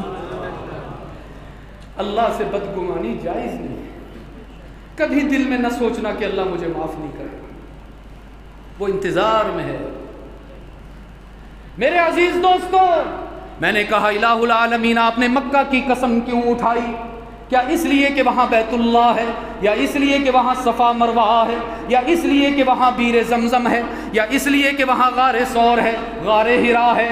رب العالمین نے فرمایا لا اقسم بہذا البلد، مکہ کی قسم بیت اللہ کی وجہ سے نہیں، صفا مروہ کی وجہ سے نہیں، زمزم کے چشمہ کی وجہ سے نہیں، غار ثور کی وجہ سے نہیں، غار حرا کی وجہ سے نہیں، تو پھر یا اللہ کیوں؟ رب العالمین نے فرمایا وَأَنْتَ حِلٌّ بِهَذَا الْبَلَدِ، میں جب عرش بری سے مکہ کی زمین پر نظر ڈالتا ہوں تو مجھے مکہ کی گلیوں میں اپنا محبوب محمد چلتا پھرتا ہوا نظر آتا ہے۔ ایسا محبوب ہے اللہ کا جس کو اللہ نے پیار کے ہاتھوں سے بنایا ہے، دست قدرت سے بنایا ہے۔ ام المؤمنین، مخدومۃ المسلمین، حبیب خدا، مریم اسلام، صدیقہ بنت صدیق اکبر، سیدہ عائشہ رضی اللہ تعالی عنہا فرماتی ہیں اللہ نے محمد کو کیسا بنایا صلی اللہ، فرماتی ہیں رأسہ من البرکہ وصدره من الرحمة ورجلاه من الاستقامة ويداه من السخاوة وقلبه من الإيمان ولسانه من الذكر وشفتاه من الحمد وعيناه من الحياء ووجهه من الرضا۔ سیدہ عائشہ فرماتی ہیں اللہ نے محمد کے سر اقدس کو برکتوں کا استعارہ بنایا صلی اللہ، اللہ نے محمد کے سینے کو رحمتوں کا خزینہ بنایا صلی اللہ، اللہ نے اپنے محبوب کے پیروں میں اتنی مضبوطی رکھی کہ پہاڑوں میں بھی وہ استقامت نہیں جو محمد کے قدموں میں مضبوطی ہے صلی اللہ، اللہ نے ہواؤں میں وہ سخاوت نہیں رکھی جو محبوب کی ہاتھوں سے خرچ کرنے میں اللہ نے سخاوت رکھی ہے صلی اللہ، اللہ نے محمد کے دل کو ایمان کا مخزن بنایا ہے صلی اللہ، اللہ نے محبوب کی زبان کو اپنے حمد اور تسبیح کے لیے پسند فرمایا، اللہ نے اپنے محبوب کے ہونٹوں کو اپنی تعریف میں زمزمہ سنج بنایا۔ اور قربان جاؤں پنڈ دادن خان کے نوجوانوں، یہ آپ کے لیے بتانا چاہتا ہوں، سیدہ عائشہ فرماتی ہیں اللہ نے عرب کی کسی کنواری بیٹی کی آنکھ میں وہ حیا نہیں رکھی تھی جو اللہ نے محمد کی آنکھ میں حیا رکھی تھی۔ خدا کے لیے اپنی آنکھوں کی حفاظت کرو، خدا کے لیے اپنی نگاہوں کی حفاظت کرو۔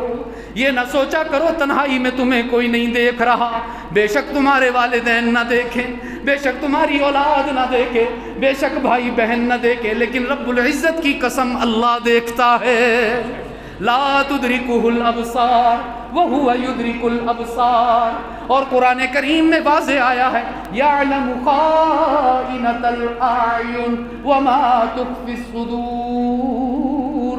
جو تم غلط دیکھتے ہو، اللہ کے حرام کیے ہوئے مناظر دیکھتے ہو، جو شخصیات تمہارے لیے غیر محرم ہے، جب تم ان پر نظر اٹھاتے ہو تو اللہ کی نظر رحمت سے گر جاتے ہو۔ شکوت الی وکیع سوء حفظ فاوصانی بترک المعاصی۔ ہمارے کچھ طلباء شکوہ کرتے ہیں جی ساری رات ہم پڑھتے ہیں یاد ہی نہیں ہوتا، اتنی محنت کرتے ہیں سمری یاد ہی نہیں ہوتی، فارمولہ یاد ہی نہیں ہوتا، امتحان میں جاتے ہیں غلط لکھ کے آ جاتے ہیں۔ امام شافعی رحمۃ اللہ علیہ نے اپنے استاذ امام وکیع کے سامنے عرض کیا تھا کہ حضرت مجھے کوئی وظیفہ بتائیے، میرا دماغ تیز ہو جائے، میں چیزوں کو بھولوں نہیں۔ تو امام وکیع ان کے استاذ نے کہا تھا شافعی اپنی نگاہوں کی حفاظت کرو، خود کو گناہوں سے بچا کے رکھو، اللہ تمہارے ذہن کو تیز فرما دیں گے۔ میرے عزیز دوستو، رحمت عالم صلی اللہ علیہ وسلم اللہ کے خاص نبی ہیں، اللہ کے خاص محبوب ہیں، باقی سارے نبیوں کو اللہ نے مقتدی بنا کے محمد کو سب کا امام بنا کے دنیا میں بھیجا ہے۔ لیکن میں کچھ کہنا چاہتا ہوں، اتنے عظیم منصب پر ہونے کے باوجود کہ خود رحمت عالم فرما رہے ہیں، فرمایا انا سید ولد آدم یوم القیامہ، تم دنیا میں اپنے جیسے لوگوں کو لیڈر بنائے پھرتے ہو نا، ان کی بات مانتے ہو، ان کی ناراضگی سے ڈرتے رہتے ہو، ان کو خوش کرنے کے لیے اپنی دکانیں بھی بند کر لیتے ہو، اپنے اسکول کی بھی چھٹی کر دیتے ہو۔ رحمت عالم نے فرمایا تم پر لازم ہے کسی اور کو لیڈر بنانے کی ضرورت نہیں، بس محمد کو اپنا قائد بناؤ، جو دنیا میں بھی تمہارا قائد ہے اور امام ہے، اور آخرت میں بھی تمہارا قائد ہے اور امام ہے۔ وہ آخرت جب کوئی رشتہ کام نہیں آئے گا، نہ مال و دولت کام آئے گا، نہ اولاد کام آئے گی، نہ رشتہ دار کام آئیں گے، نہ ہتھیار کام آئیں گے، نہ قبیلہ کام آئے گا، نہ دوستی کام آئے گی، سب پریشان ہوں گے، پتہ نہیں ہمارا کیا بنے گا۔ اس روز سب دیکھیں گے بس ایک ذات ہے محمد الرسول اللہ جو سجدے میں نظر آئے گی، اور ابن ماجہ کی روایت ہے 1 مہینہ طویل رحمت عالم سجدہ فرمائیں گے، آنسوؤں کی برسات، جسم پر لرزہ اور پسینے میں شرابور۔ حق تعالیٰ فرمائیں گے میرے محبوب روتے کیوں ہو، آج عمل کا دن نہیں، آج تو جزا کا دن ہے، آج آنسو کیوں بہا رہے ہو میرے محبوب؟ دیکھو نا تم یتیم تھے، میں نے تمہیں انبیاء کا امام بنایا، تم یتیم تھے، تمہیں ساری کائنات کا امام بنایا، روتے کیوں ہو میرے محبوب؟ رحمت عالم عرض کریں گے الہ العالمین روتا اس لیے ہوں کہ آج میری امت کے کچھ گناہگار جہنم میں جا رہے، میں ان کو جہنم میں جاتا دیکھوں اور چپ رہوں ممکن نہیں۔ ایسے نبی کو چھوڑے، بخاری کی روایت سناتا ہوں عزیز دوستو اور بات مکمل کرتا ہوں۔ آپ صلی اللہ علیہ وسلم نے ایک روز صحابہ سے فرمایا ان لکل نبی دعوہ، اللہ نے اپنے ہر نبی کو ایک اسپیشل دعا دی تھی، اور اسپیشیلٹی کیا تھی اس کی؟ جیسے ہی نبی وہ دعا کرتے اللہ نقد قبول فرماتے، دیر نہیں ہوتی۔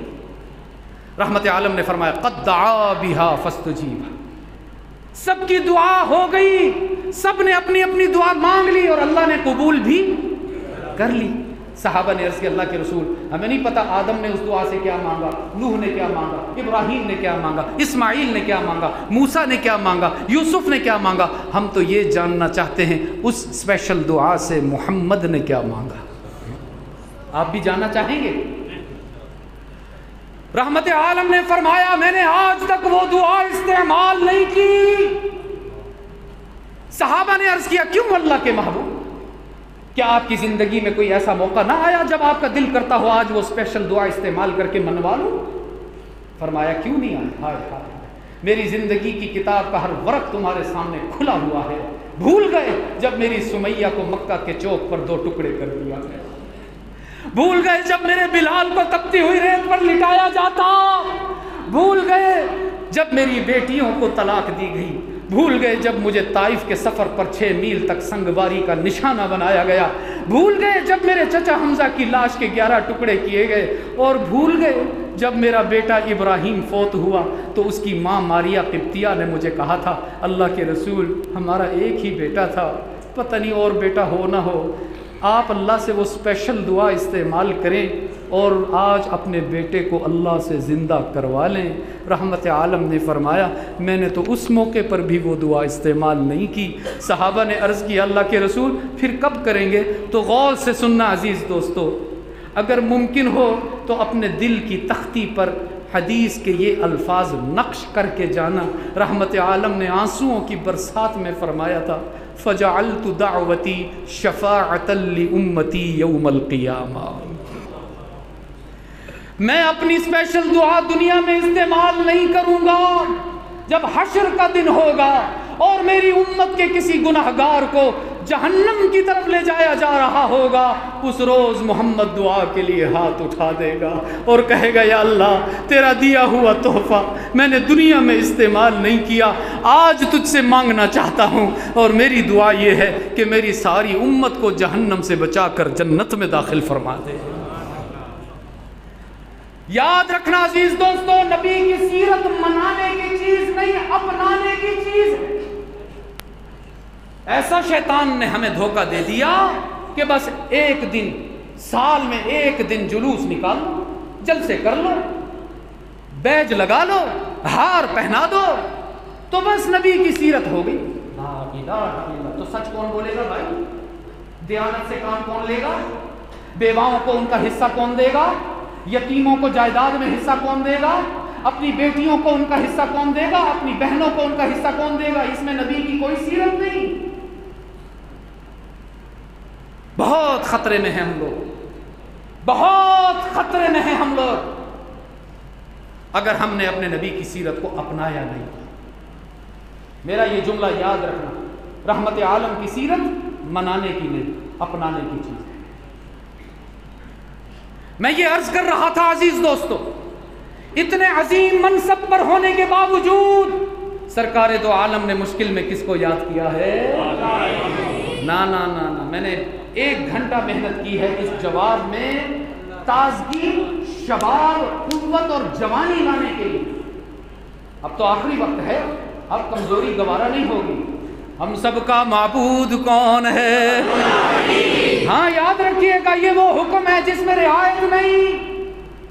رحمت عالم نے فرمایا تھا لا تشرک باللہ ان قتلت او حرقت او صلبت، اگر کبھی تمہیں پھانسی پر لٹکا دیا جائے اور کہا جائے کہو کہ اللہ بھی کرتا ہے، اگر تمہیں گولی کا نشانہ بنا دیا جائے اور شرک کرنے پر مجبور کیا جائے، پھانسی پر لٹک جانا ہنستے ہوئے جیسے خبیب لٹک گیا تھا، گولیوں کا نشانہ بن جانا، ریزہ ریزہ ہو جانا، لیکن اللہ کے حق کے عبادت میں اس کی مخلوقات میں سے کسی کو شریک نہیں۔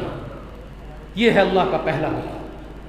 فرمایا قضا ربک اللہ تعبدوا الا ایاہ، یہ فیصلہ ہو گیا کہ تم سب کا معبود کون ہے، ہم سب کا مسجود کون ہے، کل کیا ہونے والا ہے غیب جاننے والا کون ہے، اور بیماریاں دور کر دینے والا کون ہے، اولاد عطا کرنے والا کون، عزت عطا کرنے والا کون، حالات کو موزوں بنانے والا کون، بیڑے پار لگانے والا کون، اور اپنے گناہگار بندوں کو تانا دیے بغیر معاف کرنے والا کون۔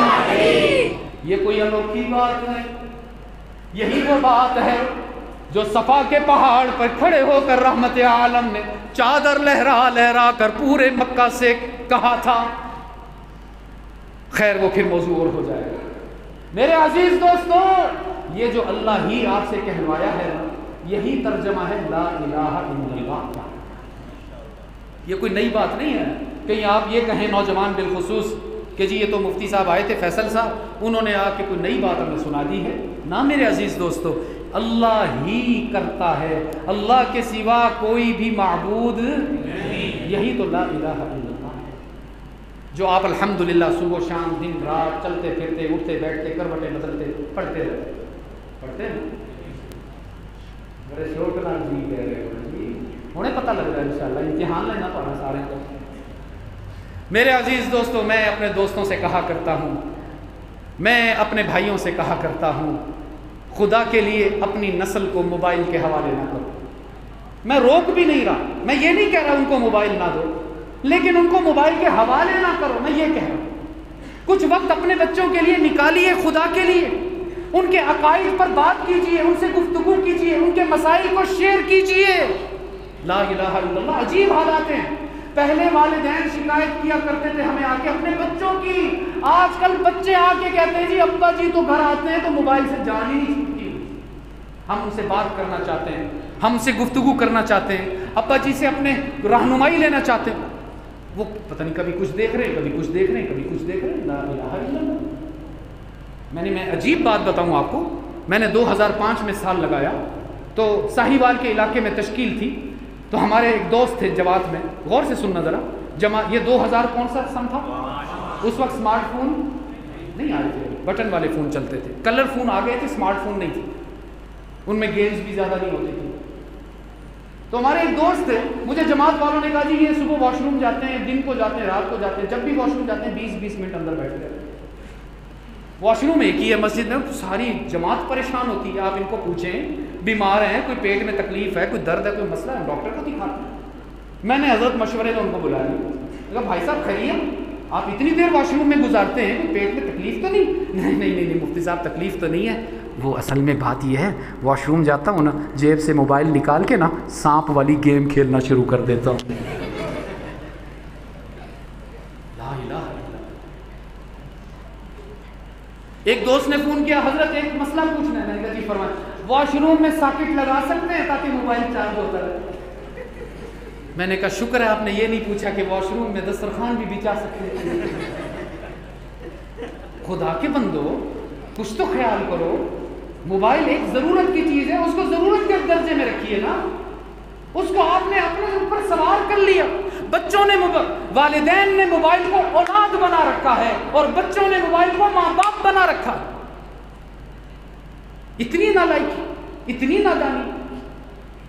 سبحان اللہ. ہم نے وہ مناظر دیکھے ہیں الحمدللہ، اب بھی کچھ گھروں میں ہے کہ جب رات کو بچے سونے لگتے ہیں، والد یا والدہ اپنے بچے کو اپنے دائیں بازو پر لٹا کر ان کو سکھاتے ہیں لا الہ الا اللہ، لا الہ الا اللہ، لا الہ. یہ کر سکتے ہیں آپ لوگ؟ کریں گے نا؟ اپنے بچوں کو سکھایا کریں گے نا؟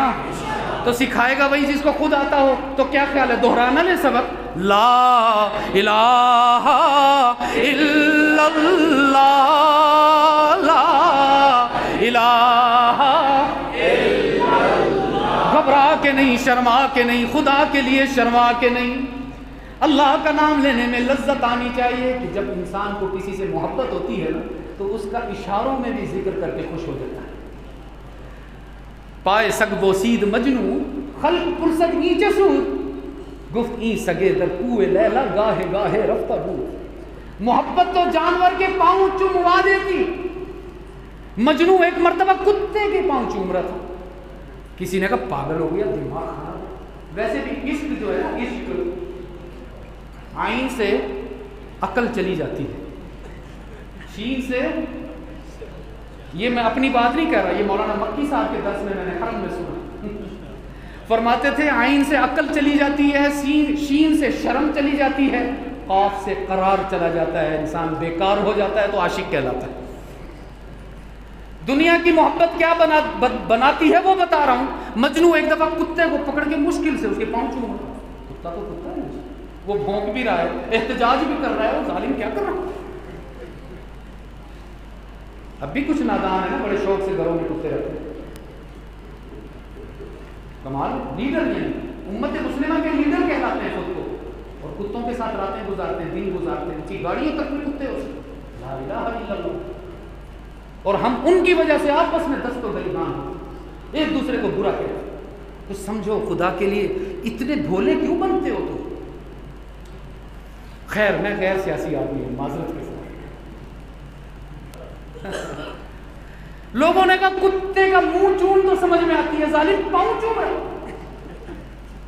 کہنے لگا تمہیں کیا پتا، کبھی عشق کیا ہو تو پتہ چلے نا، یہ کتا کوئی عام کتا نہیں ہے، یہ بڑا خاص کتا ہے، کبھی کبھی میرے محبوبہ کی گلی سے گزر کے آتا ہے، سوچتا ہوں میں محبوبہ کے پاؤں تو نہیں چوم سکتا، اس کے نشان قدم پر اس کا پاؤں لگا ہے، اس کے تصور میں اس کا پاؤں بھی چوم لیتا ہے۔ اور آپ اللہ کی محبت میں کلمہ نہیں پڑھا جا رہا، میں تو چاہتا ہوں اتنا اونچا پڑھتے آپ اللہ اکبر کے ساؤنڈ سسٹم کی آواز بلند ہو جائے۔ حضرت میں خزدار میں تھا بلوچستان میں، اللہ ان کو سلامت رکھے، کیا انہوں نے ذکر اللہ کی، اللہ اکبر، لا الہ الا اللہ، لا الہ الا اللہ، لا الہ الا اللہ،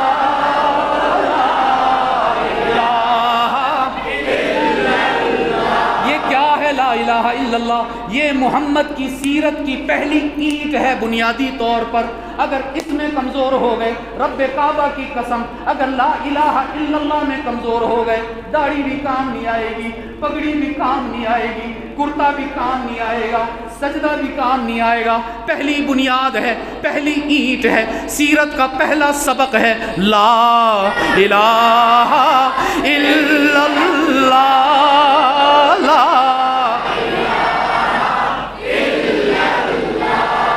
رحمت عالم نے فرمایا تھا جددو ایمانکم، میرے صحابہ ایمان کو ریفریش کرتے رہا کرو، تازہ کرتے رہا کرو، تجدید کرتے رہا کرو۔ پرانا ہو جاتا ہے، جیسے کپڑا میلا ہو جاتا ہے نا، اس پر گناہوں کا غبار آ جاتا ہے، اس پر خطاؤں کی مٹی آ جاتی ہے۔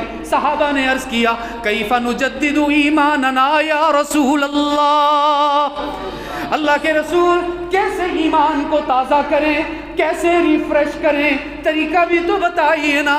رحمت عالم نے فرمایا اکثروا من قولی لا الہ الا اللہ، بار بار کہا کرو، لگاتار کہا کرو، تسبیح پر گننے کے بجائے بے شمار کہا کرو، گھبرا کے نہیں، شرما کے نہیں، ادھر ادھر دیکھ کے نہیں، اپنی آواز کی فکر کیے بغیر آنکھیں بند کر کے اس کی محبت میں دیوانہ وار کہا کرو لا الہ الا اللہ،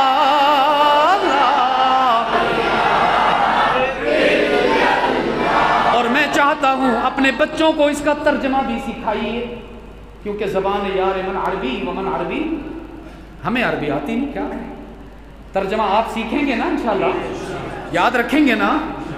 تیرے سوا معبود حقیقی کوئی نہیں، کوئی نہیں، یہی ایمان ہے آپ کا، یہی عقیدہ ہے۔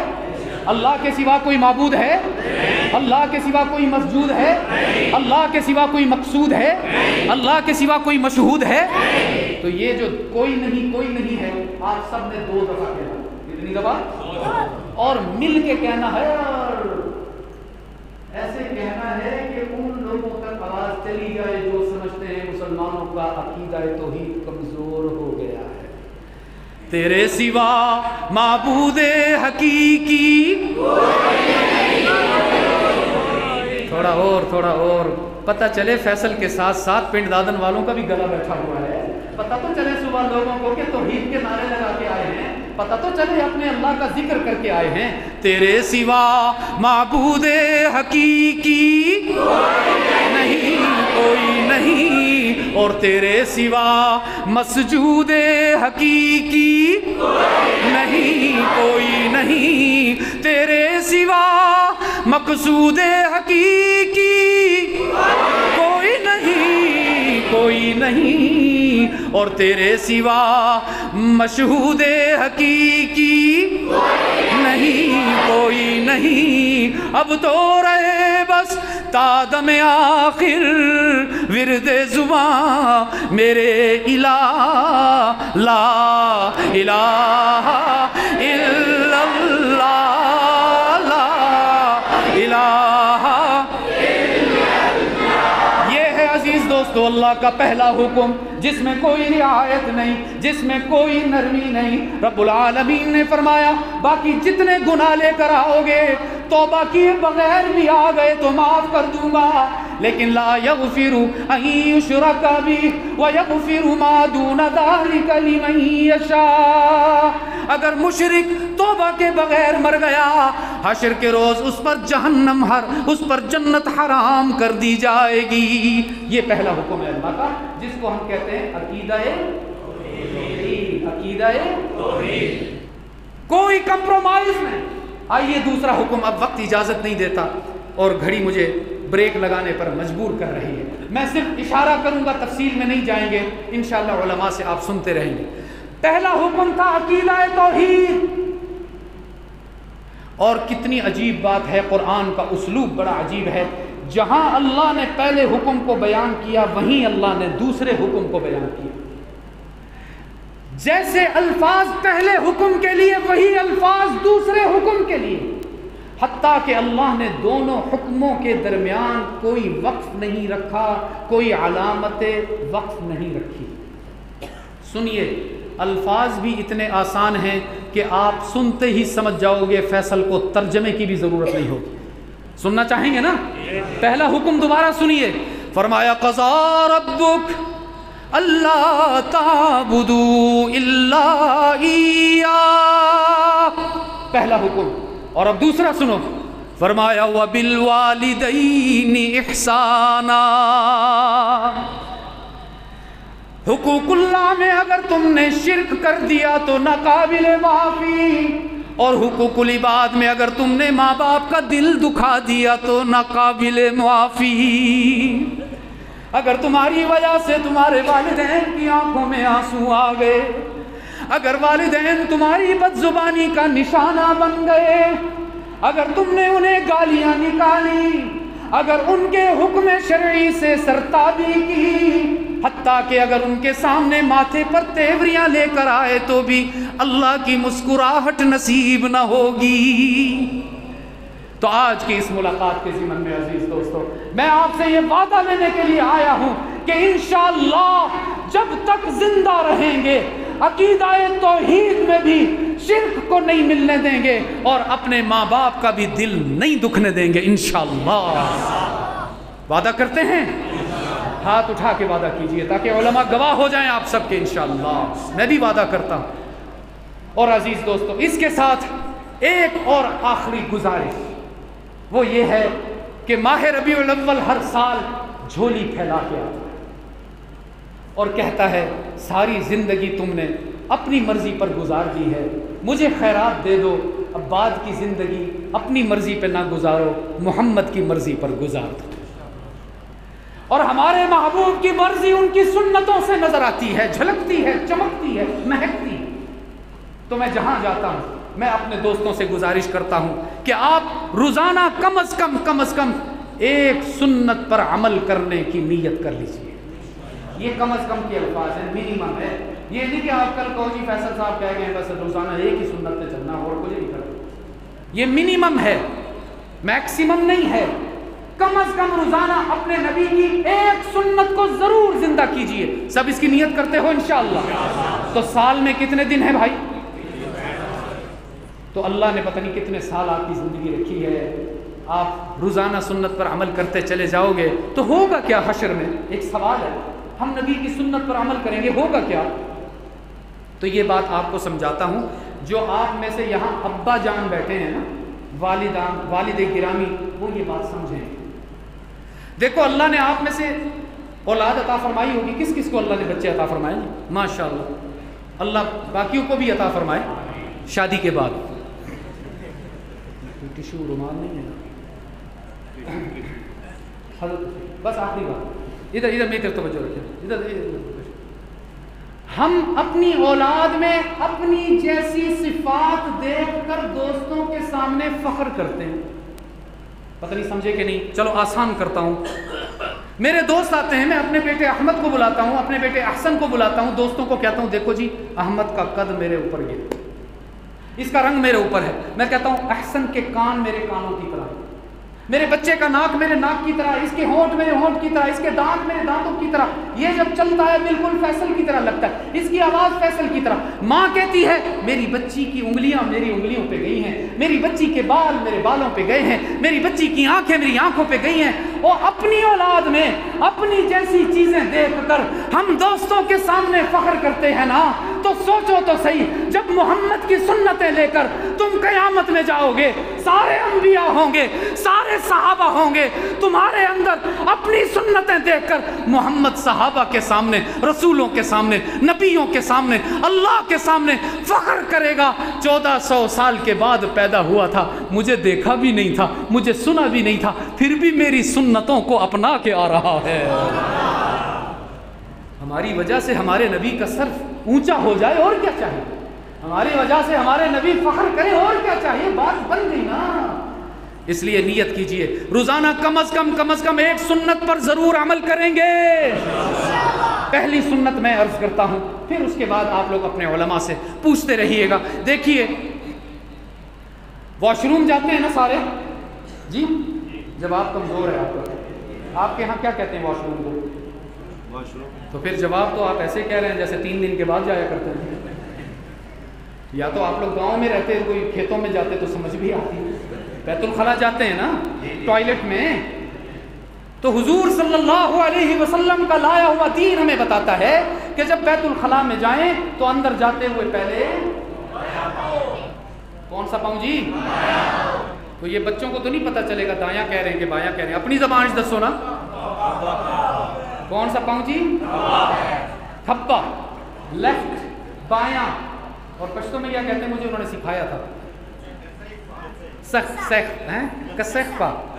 کسخپا، دیکھو انہوں نے مجھے اتنے الفاظ سکھائے کہ میں آج کل پی ایچ ڈی بھی کر رہا ہوں، تو میں نے کہا یار مجھے لگتا ہے آج میں تمہارے ہاں سے پشتو میں پی ایچ ڈی تو نہیں ایم فل کر کے ہی جاؤں گا۔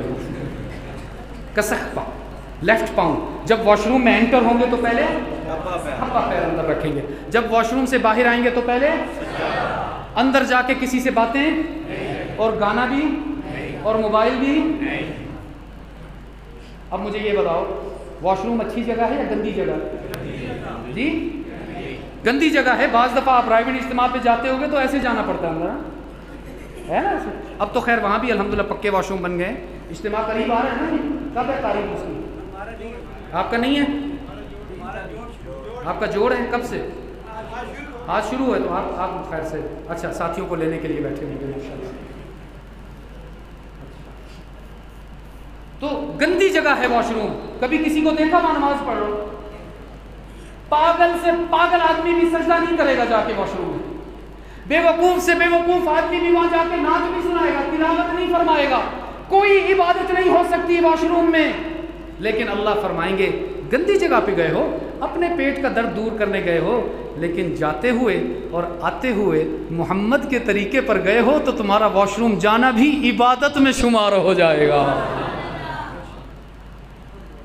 تو آج سے اس سنت پر عمل شروع کریں، ٹھیک ہے انشاءاللہ۔ اور اپنے گھر میں جا کر اپنی بچیوں کو، اپنی بہنوں کو، اپنی بیٹیوں کو، اپنی بیوی کو، اگر ایک ہی ہے کسی فقیر کے پاس، ورنہ بیویوں کو یہ سنت سکھائیں۔ اسی طرح روزانہ ایک سنت علماء سے سیکھیں، امام صاحب سے سیکھیں، خطیب صاحب سے سیکھیں، قاری صاحب سے سیکھیں، اور پھر اس کو اپلائی کریں، اپنے دوستوں کو بتائیں۔ یاد رکھیں ہمارا دین بہت آسان ہے، بہت آسان ہے، شیطان نے مشکل بنایا ہوا ہے، ورنہ ہمارے لیے کوئی مشکل دین نہیں ہے۔ اللہ ہم سب کی حاضری قبول فرمائے، اللہ آپ سب لوگوں کو جزائے خیر عطا فرمائے۔ سارے وہ آخری ساتھی میں دیکھ رہا ہوں نیلے کپڑوں والے، وہ خطبے سے لے کر ابھی تک ایسے ہی ایسے بیٹھے ہیں، نہ انہوں نے پہلو بدلا ہے، نہ انہوں نے ٹانگ بدلی ہے، ایسے سٹل بیٹھے ہوئے ہیں۔ اللہ ان کو سلامت رکھے۔ اتنی محبت سے آپ نے بات سنی، اللہ کی وحدانیت کے نعرے لگائے، اللہ کا ذکر کیا، حضور صلی اللہ علیہ وسلم پر درود پاک پڑھا، سنت پر عمل کی نیت کی، اللہ ہماری اس حاضری کو قبول فرما لے۔ اب درود شریف پڑھیں پھر دعا کریں۔ عشاء بھی پڑھیں گے انشاءاللہ، اگرچہ میں تو مسافر ہوں لیکن میں آپ کے ساتھ ہی پڑھوں گا انشاءاللہ۔ بسم اللہ الرحمن الرحیم، الحمد للہ رب العالمین والعاقبۃ للمتقین والصلاۃ والسلام علی سید الانبیاء والمرسلین وعلی آلہ واصحابہ واہل بیتہ وامتہ اجمعین۔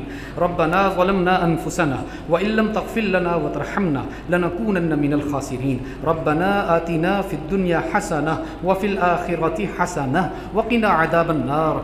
اللہم ادخلنا الجنۃ الفردوس مع الابرار یا عزیز یا غفار یا رب العالمین یا ارحم الراحمین۔ ارحم امت محمد صلی اللہ علیہ وسلم۔ اے اللہ ہم تیرے کمزور بندے ہیں، اے اللہ ہم تیرے ضعیف بندے ہیں، ہمیں اپنے گناہوں کا اقرار، ہمیں اپنی خطاؤں کا اعتراف، ہم مانتے ہیں اے اللہ ہم سے بدعملیاں ہو گئی، ہم مانتے ہیں ہم سے تیرے حکم ٹوٹ گئے، ہم مانتے ہیں تیرے نبی کی شریعت کے سارے حکم ہم سے چھوٹ گئے۔ اللہ جی ہمیں اپنے سارے گناہوں کا اقرار ہے، لیکن ہمارا ایمان ہے ہمارے گناہ کتنے ہی زیادہ کیوں نہ ہو تیری رحمت ان سے زیادہ ہے۔ اے اللہ تو غافر الذنب ہے، تو قابل التوب ہے۔ تو نے خود اعلان کیا لا تقنطوا من رحمت اللہ، تو نے خود اعلان فرمایا رحمتی سبقت غضبی، تو نے خود اعلان فرمایا کتب ربکم علی نفسہ الرحمہ، تو نے خود اعلان فرمایا من یعمل سوءا او یظلم نفسہ ثم یستغفر اللہ یجد اللہ غفورا رحیما۔ اور میرے محبوب اللہ، او میرے مسجود اللہ، او میرے علام الغیوب اللہ، او میرے مشکل کشا اللہ، اور اپنے بندوں کو شرمندہ کیے بغیر معاف کرنے والے اللہ، او اپنے بندوں کو طعنہ دیے بغیر معاف کرنے والے اللہ، اپنے بندوں کو کسی سفارشی کو ساتھ لانے کا حکم دیے بغیر معاف کرنے والے اللہ۔ تو نے خود فرمایا ان اللہ یحب التوابین، کہ تو توبہ کرنے والوں کو محبوب بنا لیتا ہے۔ تو یا اللہ ہم سب مل کر تیرے حضور توبہ کرتے ہیں، استغفار کرتے ہیں، اپنے گناہوں پر معافی مانگتے ہیں، اور تیرے سامنے عاجزی کا اظہار کرتے ہیں، تجھے اکڑ کے نہیں دکھاتے اے اللہ۔ اے اللہ ہمارے پاس تجھے پیش کرنے کو یہ کوئی عمل نہیں ہے یا اللہ، اور تیری عزت کی قسم ہے نہ کوئی سجدہ ایسا کہ تجھے پیش کر کے معافی مانگے، نہ کوئی رکوع، نہ کوئی نماز، نہ کوئی روزہ، نہ کوئی حج، نہ کوئی عمرہ، نہ زکوٰۃ کا کوئی 1 روپیہ۔ اے اللہ ہمیں پتہ ہے ہم تو ریاکاری سے خالی ہی نہیں ہیں، نہ ہمارے پاس اخلاص ہے نہ للہیت ہے۔ ہم کوئی نیک عمل کریں بھی تو شیطان کہتا ہے یہ تو لوگ تمہیں دیکھ رہے ہیں، اس لیے تم واہ واہ کروانے کے لیے ایسے کرتے ہو۔ او میرے اللہ، او میرے کریم اللہ، او میرے حبیب اللہ، او میرے رؤوف رحیم اللہ، او میرے غفور غفار اللہ، او میرے حنان منان اللہ، او میرے رؤوف رحمان اللہ، اپنے بندوں کی عاجزی قبول فرما لے۔ اللہ ہمیں اپنے در سے خالی ہاتھ نہ بھیج، ہمیں اپنے در سے خالی ہاتھ نہ بھیج، ہمارے پاس تیرے سوا کوئی نہیں، ہم جیسے کیسے بھی ہیں وہ تیرے ہی ہیں یا اللہ، اور ہم جائیں تو کہاں جائیں۔ وہ صحابہ کتنے خوش نصیب تھے، وہ فرماتے ہیں ہمارے دل میں کوئی اونچی نیچی بات آتی تھی ہم دوڑ کے اپنے محبوب محمد کے پاس چلے جاتے تھے، ان سے کہتے تھے، وہ اپنا ہاتھ ہمارے سینے پر رکھتے، اللہ ہمارے سینوں کو پاک کر دیتا تھا۔ اللہ ہم کس کے پاس جائیں؟ اللہ ہم تو بالکل خالی ہاتھ ہیں، ہمارے پاس تو کچھ بھی نہیں ہے۔ اللہ تیرے محبوب کی زیارت بھی نہ ہوئی، ان کی آواز بھی نہ سنی، اور ان کی خوشبو بھی نہ سونگھی۔ او اللہ، وہ ہم تو ایسے بد نصیب ہیں کبھی خواب میں بھی تیرے نبی کا چہرہ نہ دیکھ سکے۔ اللہ جی، اللہ ہم یتیموں پر رحم فرما دے، ہم قابل غضب نہیں ہیں، قابل رحم ہے یا اللہ۔ اللہ ہم تو اس بچے کی طرح ہیں جس نے اپنے باپ کو دیکھا ہی نہ ہو، تو گواہ ہے اس بات کا، ہم نے اپنے آقا کو نہیں دیکھا، ہم ایمان لائے ہیں، ایمان بالغیب ہے ہمارا، جیسے تیری ذات پر کہ تو ہے ایسے تیرے محبوب پر ہمارا ایمان ہے اے اللہ۔ لیکن یہ تو ہماری اے اللہ اس کو تو بھی مانے گا نا کہ ہم ان کے 1430 سال کے بعد کے مسلمان ہیں۔ اے اللہ دنیا والے یتیموں پر رحم کرتے ہیں، کوئی مارنے لگے اس کو بچانے آ، اس کو نہ مارو، اس کا تو باپ ہی کوئی نہیں، یہ اس کو تو کسی نے سمجھایا نہیں، اس کی تو تربیت ہی نہیں ہوئی۔ دنیا والے بھی یتیموں پر رحم کرتے ہیں۔ اللہ تو ارحم الراحمین ہے، تو عرش والا ہے، تو لا یسأل عما یفعل ہے، کوئی تجھے پوچھ نہیں سکتا۔ اللہ تو ہم پر رحم فرما دے، تو ہم سے راضی ہو جا، ہمیں مسکرا کے دیکھ لے یا اللہ، ہمارے دلوں کو غیر کی محبت سے پاک کر دے یا اللہ۔ اللہ جیسے ماں بچہ پیشاب کر دے، ماں کسی کو بتاتی تو نہیں نا یا اللہ، ماں اس کو تنہائی میں اکیلے میں اس کو لے جا کے اس کو نہلاتی ہے، اس کو دھلاتی ہے، صابن لگاتی ہے، کپڑے پہناتی ہے، خوشبوئیں لگاتی ہے، پھر لوگوں کے سامنے لے کے آتی ہے۔ اے اللہ ہم نے بھی اپنے آپ کو گناہوں میں آلودہ کیا ہوا ہے، ہمارے اعمال نامہ سے بدبو اٹھ رہی ہے، کالا ہو گیا ہمارا دل، فرشتے بھی ہم سے دور بھاگ رہے ہیں۔ اللہ تو ہی ہمیں پاک کر دے، تو ہی ہمیں پاک کر دے، تو ہی نیکیوں کے صابن سے ہمیں چمکا دے، تو ہی محمد کی سنتوں سے ہمیں مہکا دے۔ اللہ دنیا کی محبت کی گندگی کو دور فرما دے۔ اللہ کریم مہربان، اے اللہ جتنے بیمار ہیں سب کو شفا عطا فرما، جو عارضی بیمار ہیں، جو دائمی بیمار ہیں، جو ہسپتالوں میں، جو گھروں میں ہیں، اے اللہ آج کل ڈینگی پھیلا ہوا ہے، کووڈ پھیلا ہوا ہے، کینسر پھیلا ہوا ہے، اے اللہ اے کریم اللہ سب کی حفاظت فرما، پوری امت کی حفاظت فرما۔ اے اللہ جو اس دنیا سے ایمان کی حالت میں جا چکے، بالخصوص ہمارے والدین، اساتذہ، عزیز و اقارب، ہمارے رشتہ دار، پڑوسی، بھائی بہنیں، بچے بچیاں، اے اللہ سب کی مغفرت فرما دے، سب کی مغفرت فرما دے۔ اے اللہ کریم جتنے مقروض ہیں سب کے لیے فراخی رزق کا انتظام فرما، اگر کوئی بے روزگار ہے اس کے لیے رزق حلال کا انتظام فرما، کوئی بے اولاد ہے اس کو نیک اولاد عطا فرما۔ اے اللہ جن کی اولادیں ہیں ان کی اولادوں کو آپس کی محبت نصیب فرما۔ اے اللہ بڑا سنگین واقعہ کوئٹہ میں ہوا، ایک ڈاکٹر کے بچے نے اپنے ہی بھائیوں کو موت کے گھاٹ اتار دیا۔ اللہ ہمارے بچوں کو شیطان کے شر سے محفوظ فرما، ان کے ایمان کی، عقائد کی، اخلاق کی، اعمال کی اصلاح فرما۔ اے اللہ کریم مہربان جو مانگ رہے ہیں وہ بھی عطا فرما، جو نہیں مانگ سکے اپنے کرم سے بن مانگے عطا فرما۔ اے اللہ اس مبارک محفل میں جتنے شرکاء ہیں ان سب کی حاضری قبول فرما۔ اے اللہ جتنے حضرات نے اس کے انعقاد کے لیے کاوش کی ہے، کوشش کی ہے، جتنے علماء یہاں موجود ہیں ان کے اٹھے ہوئے ہاتھ ہیں، اے اللہ ان سب کو اجر عظیم عطا فرما۔ اے اللہ کریم جو مانگ رہے ہیں وہ بھی عطا فرما، جو نہیں مانگ سکے اپنے کرم سے بن مانگے عطا فرما۔ وصلی اللہ تعالی علی خیر خلقہ سیدنا محمد وعلی آلہ واصحابہ واہل بیتہ وامتہ اجمعین، آمین برحمتک یا ارحم